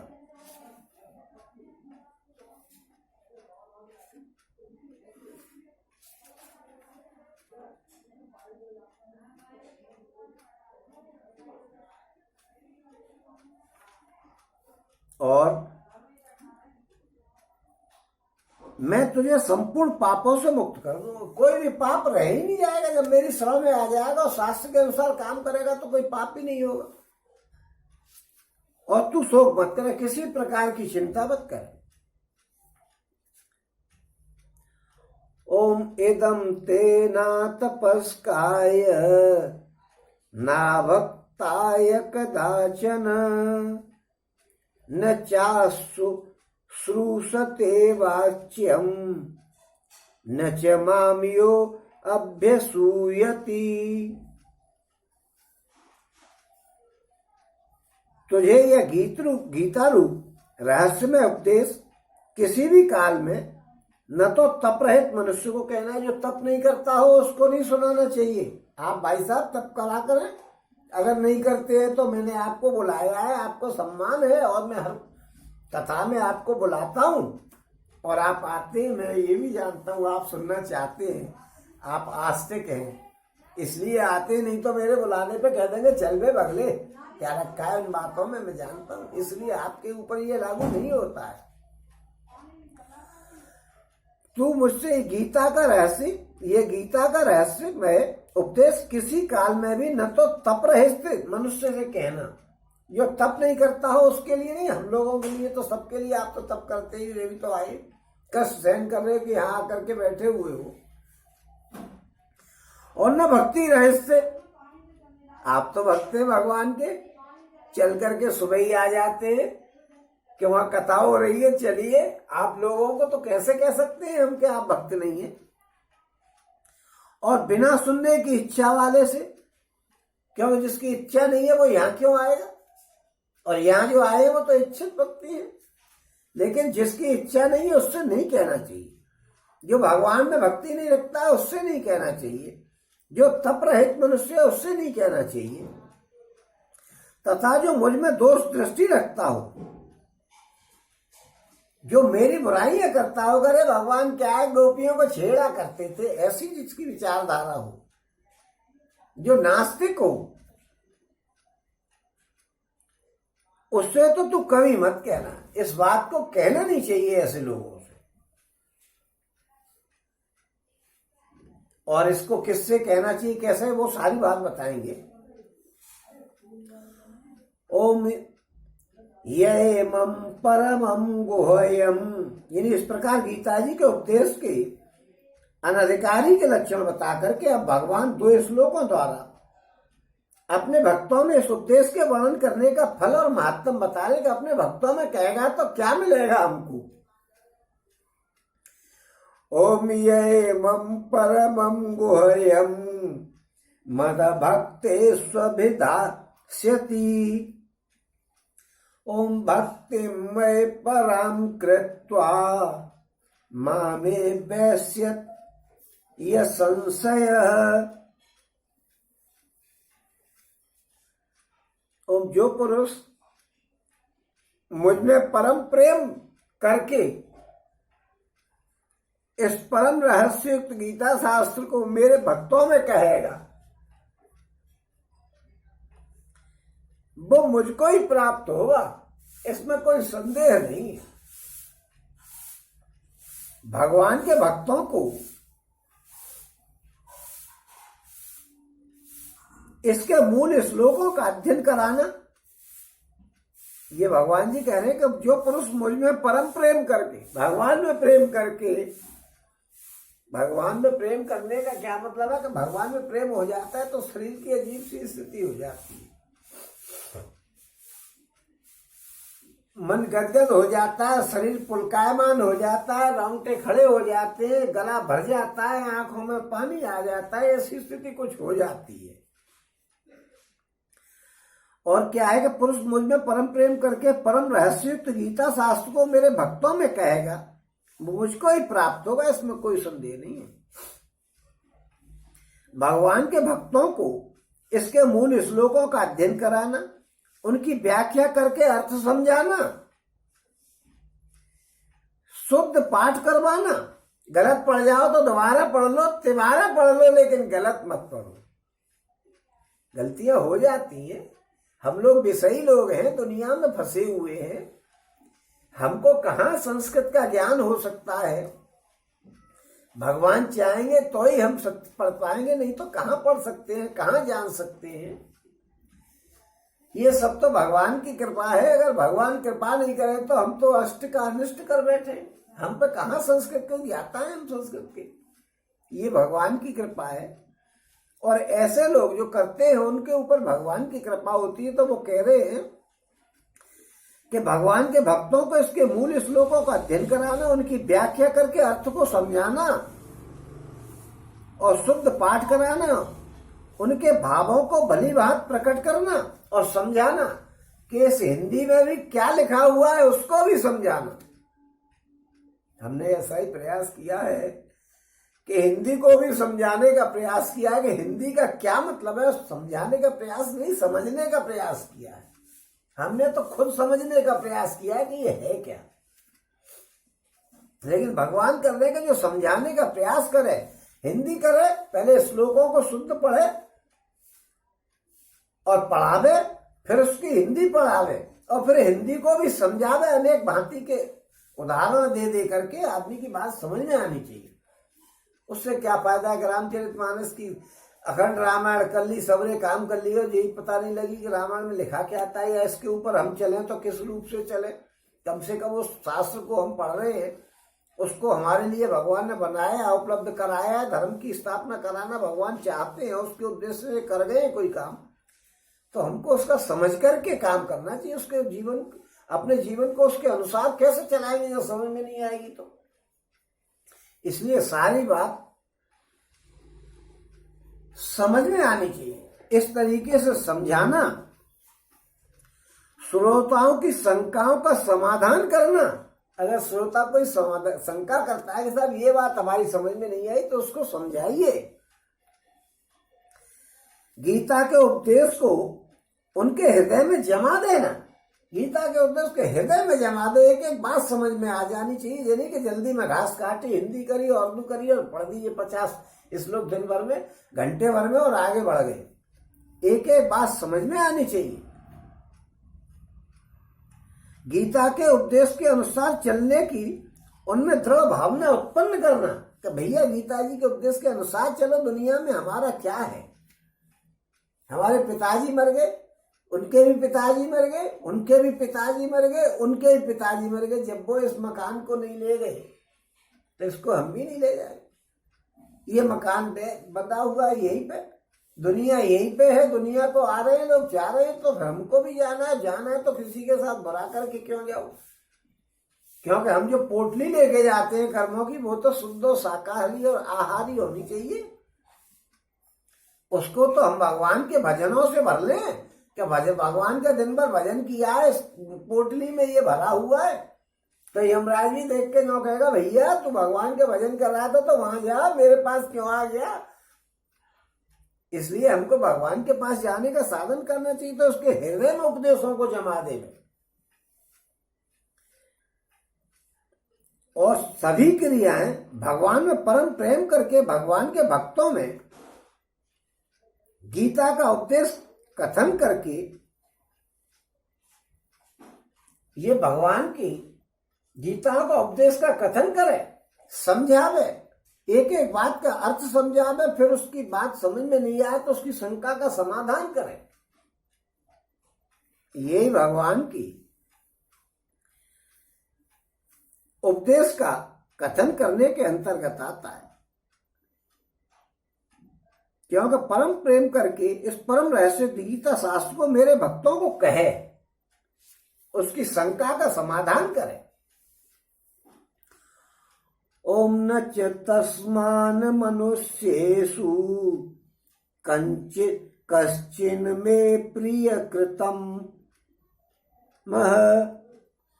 ओम न च तस्मान मनुष्येषु कश्चिन में प्रिय कृतमः भविता न च मे तस्माद अन्य प्रिय तरो भुवि। उससे बढ़कर के मेरा प्रिय कार्य करने वाला मनुष्यों में कोई भी नहीं है, जो भगवान को, भगवान के उपदेश को और दूसरे लोगों को समझावे, उस उपदेश के अनुसार लोगों को चलाने के लिए प्रेरित करे, उनके एक एक दिमाग में बात को बैठाल देवे, जो बात उनकी समझ में नहीं आए उसकी शंका का समाधान करे, श्लोकों को पढ़े, उनका अर्थ करे, अर्थ को समझावे, अर्थ को भी और स्पष्ट करके समझावे, और उनको चलने के लिए आदमी को विवश कर दे, समझ में आ जाएगा। कंपेल करने की जरूरत नहीं है, वो तो कंपेल खुद हो जाएगा।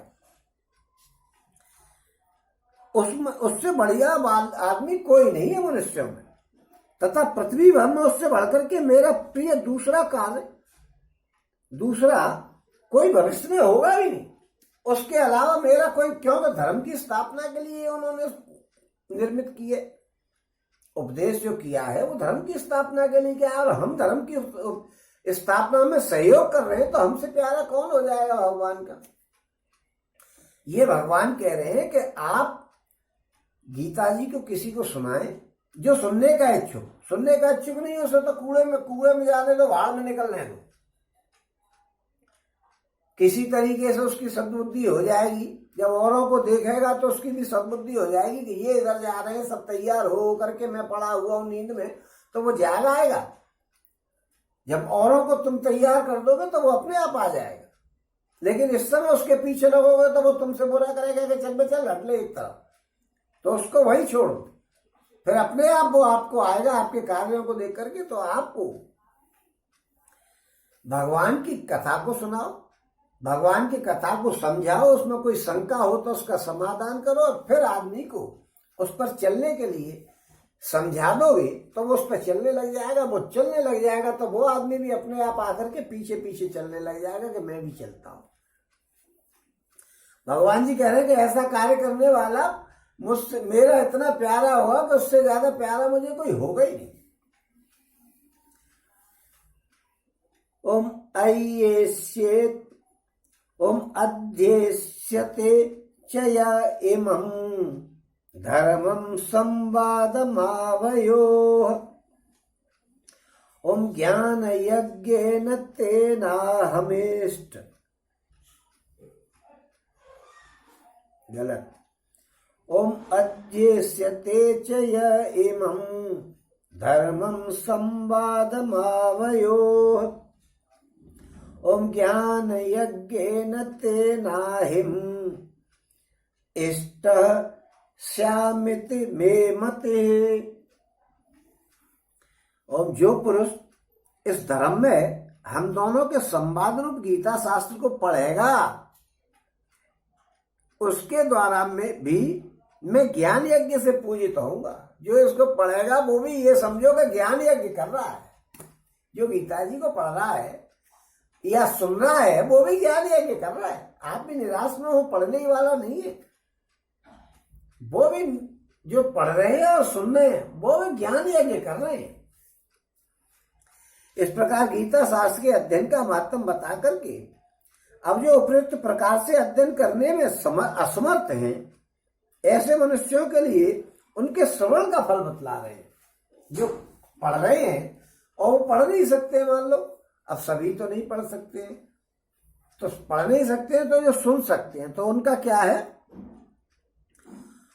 ओम श्रद्धावान नसूयश्च शृणुयादपि यो नरः सोऽपि मुक्तः शुभान् लोकान् माप्नुयात् पुण्य कर्मणाम। जो मनुष्य श्रद्धा युक्त और दोष दृष्टि से रहित होकर के, ये नहीं कि बैठे तो क्या भाई तेरे ये बात क्यों कही, ये तो भगवान ने गलत कहा है, ये बात तो भगवान की गलत है, ऐसी बात नहीं करे। जो कुतर्क नहीं करे, जो मनुष्य श्रद्धा भक्ति के साथ हमें तो कथा सुनने जाना है, सभी नहा करके तैयार होकर के आ जाए कि भाई वहां कथा हो रही है, हमको तो कथा सुनने जाना है। श्रद्धा हो कि हमको तो भाई काम कर, जल्दी कर भैया, मुझे देर नहीं हो जाए, मुझे समय पे पहुंचना है, कथा निकल नहीं जाए, शुरू से ही सुनूंगा नहीं तो फिर निकल जाएगी तो बात समझ में नहीं आएगी, या मुझे पंडित जी को डिस्टर्ब करना पड़ेगा बीच में पूछ करके। मैं जा रहा हूं भैया, कथा में श्रद्धा होनी चाहिए। और दोष दृष्टि रहित होकर के गीता शास्त्र का जो श्रवण करेगा, दोष दृष्टि, कोई किसी प्रकार की दोष दृष्टि नहीं रखेगा कि इसमें तो झूठ लिख रही है, कि इसमें ऐसी बात लिख रही है, इसमें ऐसी बातों पे विचार नहीं करे, विचार मन में आए ही नहीं। वो भी पापों से मुक्त होकर के उत्तम कर्म करने वालों के श्रेष्ठ लोकों को प्राप्त होगा। उत्तम कर्म करने वाले जाते हैं उन्हीं लोगों को वो भी प्राप्त होगा। ये समझ लो, कोई छोटे मोटी जगह पर प्राप्त नहीं होगा, वो भी उत्तम लोगों, उत्तम कर्मों को जो लोग करके जाते हैं उन्हीं लोगों में सुनने वाला भी जाएगा। और इस प्रकार गीता शास्त्र के कथन पठन और श्रवण का महत्व बतला करके हम भगवान स्वयं सब कुछ जानते हुए भी अर्जुन को सचेत करने के लिए उससे उसकी स्थिति पूछ रहे हैं कि हाँ भाई तू क्या कह रहे हैं। तो कह रहे हैं ओम कच्चिदे तच्छ्रुतम पार्थम त्वये काग्रेण चेतसा कच्चिद ज्ञान सम्मोह प्रनष्टस्ते धनंजय। हे पार्थ, क्या इस गीता शास्त्र को तूने एकाग्र चित्त से सुना है, ध्यान से सुना है, कि वैसे ध्यान इधर था और मैं कहता रह गया?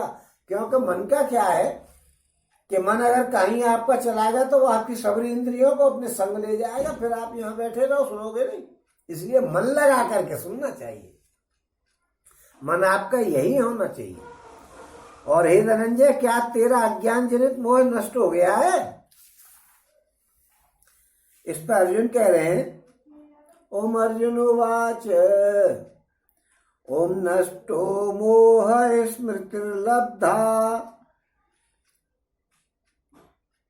त्वत्प्रसादान्यमया च युत स्थितोऽस्मि तत्सन्देह करिष्ये वचनं तव। अर्जुन बोले कि हे अच्युत, आपकी कृपा से मेरा मोह नष्ट हो गया है और मैंने स्मृति प्राप्त कर ली है। अब मैं संशय रहित होकर के स्थित हूं, अतः आपकी आज्ञा का पालन करूंगा। अब मेरा मोह नष्ट हो गया। जो मेरे चाचा, ताऊ, मामा, मामे भांजे, जीजा, साले, ये सब ससुर और गुरु बड़े जन जिनका जो मोह था। देखिए, आसक्ति और मोह में थोड़ा सा अंतर है। जैसे डायरेक्ट ऑब्जेक्ट और इनडायरेक्ट ऑब्जेक्ट में अंतर है, ऐसा ही आसक्ति और मोह में अंतर है। इनडायरेक्ट ऑब्जेक्ट वो है जिसमें जीव है, प्राण है, और डायरेक्ट ऑब्जेक्ट वो है जिसमें प्राण नहीं, कोई वस्तु है। ऐसे ही आसक्ति किसी वस्तु में होती है और मोह अपने परिवार के लोगों में होता है, लोगों में होता है।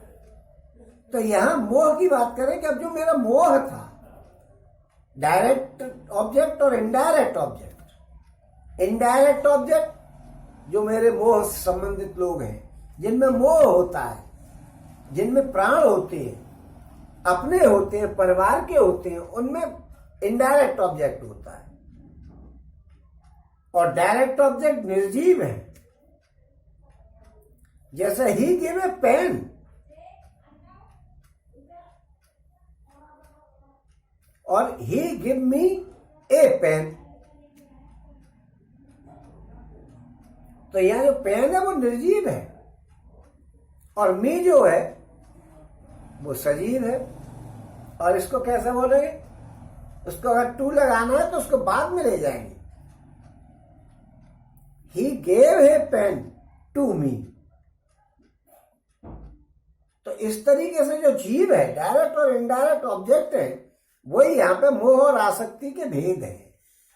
इसमें कहा है कि मोह भंग हो गया। ये जो अपने परिवार के लोगों की बात थी, रिश्तेदारों की बात थी, सजीव प्राणियों की बात थी, वो मोह है। और आसक्ति वस्तुओं में होती है। आसक्त तो वो किसी में भी हो सकता है, महिला में भी आसक्त हो जाता है। ऐसा नहीं है कि वो महिला, लेकिन वो महिला जो है परिवार में भी आसक्त होता है, लेकिन मोह और उसका थोड़ा सा अंतर होता है। तो कह रहा है कि आपकी कृपा से मेरा मोह नष्ट हो गया है अपनेपन का। क्योंकि आसक्ति इच्छा से होती है। इच्छा होगी तो आपकी आसक्ति होगी। इसमें इच्छा नहीं है, ये तो है ही, बने हुए हैं। आसक्ति हमारी जो होती है वो अलग चीज है। क्योंकि वो तो इच्छा हुई पहले जब आसक्ति होगी। यहां तो इच्छा है ही नहीं, ये तो रिश्ते बने हुए हैं। वो कह रहे हैं कि आपकी कृपा से मेरा मोह नष्ट हो गया और मैंने स्मृति प्राप्त कर ली है। अब मुझे ध्यान आ गया कि मैं बिल्कुल, मेरी औकात क्या है, दुनिया में मेरा कहाँ स्थान है और आपका कहाँ स्थान है, ये स्मृति। क्योंकि इससे मुझे आपके गुण, प्रभाव, ऐश्वर्य और रूप की पूर्ण स्मृति हो गई कि आपकी क्या स्थिति है और मेरी क्या स्थिति है। मुझे वो आपकी स्मृति हो गई है कि आप भगवान हैं और मैं आपका शिष्य हूं, आपके हाथ की कठपुतली हूं। अब मैं संशय रहित हो गया, वो किसी प्रकार का संशय नहीं रहा है। अतः आपकी आज्ञा का पालन करूंगा। अब मैं आपकी आज्ञा का पालन करूंगा। और इस प्रकार धृतराष्ट्र के प्रश्न के अनुसार भगवान श्री कृष्ण और अर्जुन के संवाद रूप गीता शास्त्र का वर्णन करके अब उसका उपसंहार करते हुए संजय 2 श्लोकों में धृतराष्ट्र के सामने गीता का महत्व प्रकट कर रहे हैं। ओम संजय उवाच ओम इत्यहं वासुदेवस्य ओम इत्यहं वासुदेवस्य पार्थस्य च महात्मनः संवादमिमं मश्रोष अद्भुतम रोमहर्षणम्। संजय बोले कि इस प्रकार मैंने श्री वासुदेव जी की और महात्मा अर्जुन के इस अद्भुत रहस्ययुक्त रोमांचकारक संवाद को सुना है। इस संवाद को मैं ही सुन रहा हूं धृतराष्ट्र जी, मैं तो तुमको सुना रहा हूं।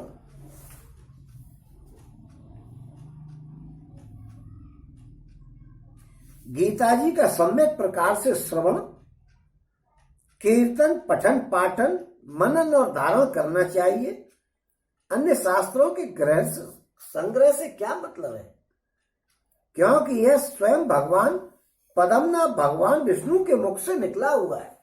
गीता जी को सुनना चाहिए, पठन पाठन करना चाहिए, क्योंकि ये भगवान के मुख से निकली है।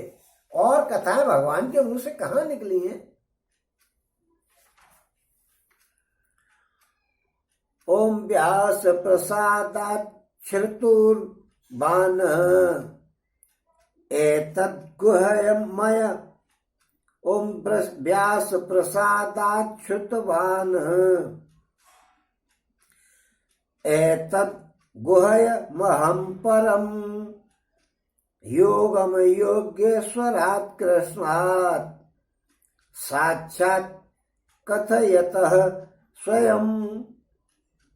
ओम व्यास जी की कृपा दृष्टि से दिव्य दृष्टि पाकर के मैंने इस परम गोपनीय योग को अर्जुन के प्रति कहते हुए स्वयं योगेश्वर भगवान श्री कृष्ण से प्रत्यक्ष सुना है। जो व्यास जी मुझे नेत्र दे गए, अलौकिक चक्षु दे गए, उनकी कृपा जो कर गए मुझ पे, उससे मैंने गीता जी का जो है उपदेश स्वयं कन्हैया जी के मुख से सुना है अर्जुन को कहते हुए। ओम इस प्रकार अति दुर्लभ गीता शास्त्र के सुनने का महत्व प्रकट करके अब संजय अपनी स्थिति का वर्णन करते हुए उस उपदेश की स्मृति का महत्व प्रकट कर रहे हैं। ओम राजन स्मृत्य संस्मृत्य संवादमिमं अद्भुतम केशवार्जुन उयो पुण्यम। ओम केशवार्जुनयोः पुण्यम हृष्यामि च मुहुर्मुहुः। ओम हे राजन, भगवान श्री कृष्ण और अर्जुन के इस रहस्ययुक्त कल्याणकारक और अद्भुत संवाद को पुनः पुनः स्मरण करके मैं बार बार हर्षित हो रहा हूं। भगवान श्री कृष्ण और अर्जुन के इस रहस्ययुक्त कल्याणकारक, इसको सुनने से कल्याण होगा। और अद्भुत, ये बात दुनिया में कहां है, इसलिए अद्भुत है। इस संवाद को पुनः पुनः स्मरण करके मैं बार बार हर्षित हो रहा हूं कि कितनी बढ़िया बात सुनने को मिल गई। हम लोगों का कितना भाग्य रहा। हमने तो जब भागवत जी को शुरू किया था वैशाख मास में गीता जी के पठन पाठन का विशेष महत्व है। लेकिन हमने उस समय समझा था कि कोरोना काल चल रहा है तो 2-3 महीने हमको मिल जाएंगे, तो हमसे भागवत जी को ही पूरी कर लें। गीता जी को हम पुरुषोत्तम मास में पढ़ लेंगे। तो हमने पहले भागवत जी को पढ़ा ही था, हम लोगों ने सबने सुना ही था। उसके बाद फिर हमने सोचा कि अभी और टाइम है पुरुषोत्तम मास आने में, क्योंकि पुरुषोत्तम मास में पूरे 1 महीना मिलेगा, गीता जी को 1 महीने में पूरी कर लेंगे। तो फिर हमने रामचरितमानस को पढ़ लिया और हमारा पुरुषोत्तम मास आ गया और आज पूरा होने के कगार पर है। आज इसका पूरा हो जाना स्वाभाविक है और हमारी गीता जी भी आज पूरी हो ही गई है। तो ये क्या है कि ये इसको संवाद को पुनः पुनः स्मरण करके ये कल्याणकारक साधन है, इसको सुनना चाहिए और समझना चाहिए। तो हम इन गीता जी को आज पूरी करे ले रहे, उसके बाद भागवत जी को पूरी चल करेंगे दोबारा से, क्योंकि हम तो किसी भी कार्य को हनुमान जी हमारे मुख्य श्रोता रहते हैं, इसलिए हम तो मंगलवार या शनिवार से ही प्रारंभ करते हैं।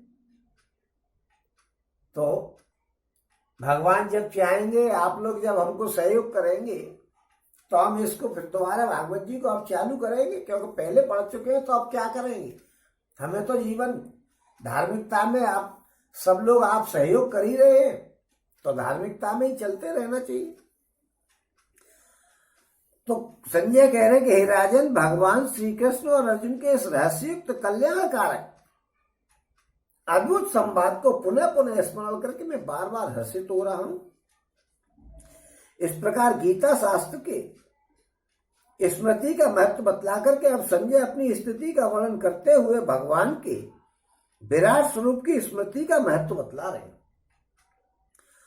ओम तच्च संस्मृत्य संस्मृत्य रूपमत्यद्भुतम हरे। ओम विस्मयो ओम तच्च संस्मृत्य संस्मृत्य रूपमत्यद्भुत हरे। ओम तच्च संस्मृत्य संस्मृत्य रूपमत्यद्भुतम हरे। ओम विस्मयो में महान राजन हृष्यामि च पुनः पुनः। हे राजन, श्री हरि के उस अत्यंत ओम तच्च संस्मृत्य संस्मृत्य रूपम अद्भुतम हरे। विस्मयो में महान राजन हृष्यामि च पुनः पुनः। हे राजन, श्री हरि के उस अत्यंत विलक्षण रूप को भी मैं पुनः पुनः स्मरण करके मेरे चित्त में महान आश्चर्य होता है। मैंने वो रूप देखा है जो विराट रूप था, उसको याद करके तो मेरे मन में बड़ा ही हर्ष हो रहा है और आश्चर्य हो रहा है और मैं बार बार हर्षित होता हूं। इस प्रकार अपनी स्थिति का वर्णन करते हुए गीता जी के उपदेश की और भगवान के अद्भुत रूप की स्मृति का महत्व प्रकट करके अब संजय धृतराष्ट्र से पांडवों की विजय की निश्चित संभावना प्रकट करते हुए इस अध्याय का उपसंहार कर रहे हैं। तो क्या कह रहे हैं? ओम यत्र योगेश्वरः कृष्णो यत्र पार्थो धनुर्धनः। ओम यत्र योगेश्वरः कृष्णो ओम यत्र योगेश्वरः कृष्णो यत्र पार्थो धनुर्धरः। ओम तत्र श्रीर्विजयोर्भूतिर् ध्रुवा नीतिर्तिर्ममा। ओम यत्र योगेश्वरः कृष्णो यत्र पार्थो धनुर्धरः। ओम तत्र श्रीर्विजयोर्भूतिर् ध्रुवा नीतिर्मतिर्मम। हे राजन, जहां योगेश्वर भगवान श्री कृष्ण है, योगेश्वर योगों के ईश्वर, और जहां गांडीव धनुषधारी अर्जुन है, जहां गांडीव धनुष को धारण करने वाला अर्जुन है, वहीं पर श्री है, विजय है, विभूति है और अचल नीति है। ऐसा मेरा मत है।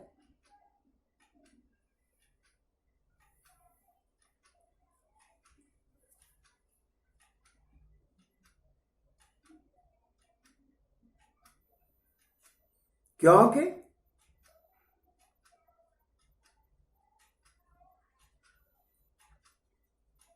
भगवान जी युधिष्ठिर के सहायक हैं, तो विजय की शंका कैसे हो सकती है? और फिर अर्जुन भी नर ऋषि है, नर है वो, और वो नारायण भगवान की प्रिय सखा है।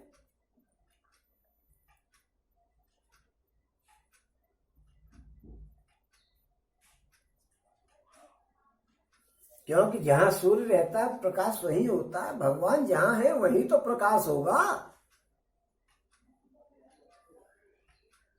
और उसी प्रकार वहां योगेश्वर भगवान श्री कृष्ण और अर्जुन रहते हैं। वही संपूर्ण शोभा, सारा ऐश्वर्य और अटल न्याय, ये सब वहीं रहेंगे। श्री यानी संपूर्ण शोभा, विजय, सारा ऐश्वर्य, विभूति,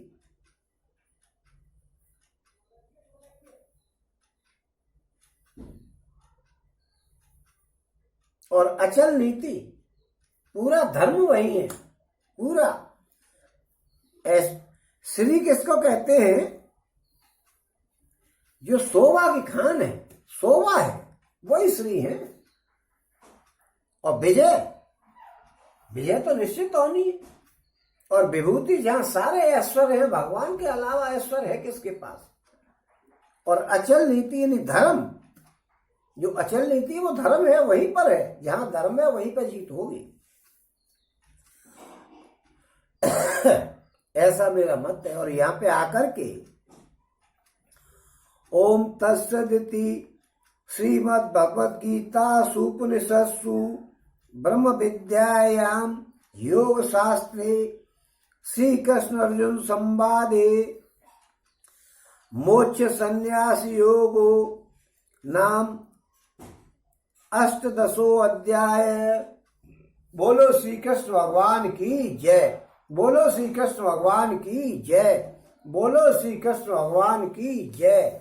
बोलो श्री कृष्ण भगवान की जय। आज हमारी गीता जी पूरी हो गई है। अब आप जल्दी से जरा कृपा करें और भागवत जी को भी सुनने का प्रयास करें और सुनवाने का प्रयास करें। गीता जी की आरती कर लेते हैं। ओम जय भगवत गीते, जय भगवत गीते, हरे ही कमल बिहारिण सुंदर सुपुनीते। ओम जय भगवत गीते। ओम कर्म सुमर्म प्रकाशिन कामासक्ति हरा, तत्व ज्ञान विकासिन विद्या ब्रह्म परा। ओम जय भगवत गीते। ओम निश्चल भक्ति विधायन निर्मल मलहारी, शरण रहस्य प्रदायन सद्विद सुखकारी। ओम जय भगवत गीते। ओम राग द्वेष विदारिण कारिण मोद सदा, भव भयहारिण तारिण परमानंद प्रदा।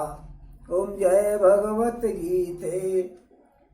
ओम आसुरे भाव विनाशिन नाशिन तम रजनी, देवी सदगुण दायन हरि रस का सजनी।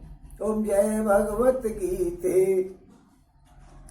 ओम देवी सदगुण, ओम समता त्याग सिखावन हरिमुख की वाणी, सकल शास्त्र की स्वामिनी श्रुतियों की रानी। ओम जय भगवत गीते।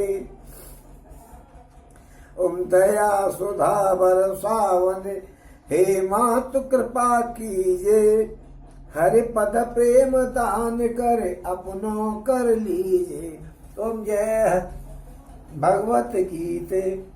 बोलो श्री कृष्ण भगवान की जय। बोलो श्री कृष्ण भगवान की जय। बोलो श्री कृष्ण भगवान की जय। बोलो श्री कृष्ण भगवान की जय। बोलो श्री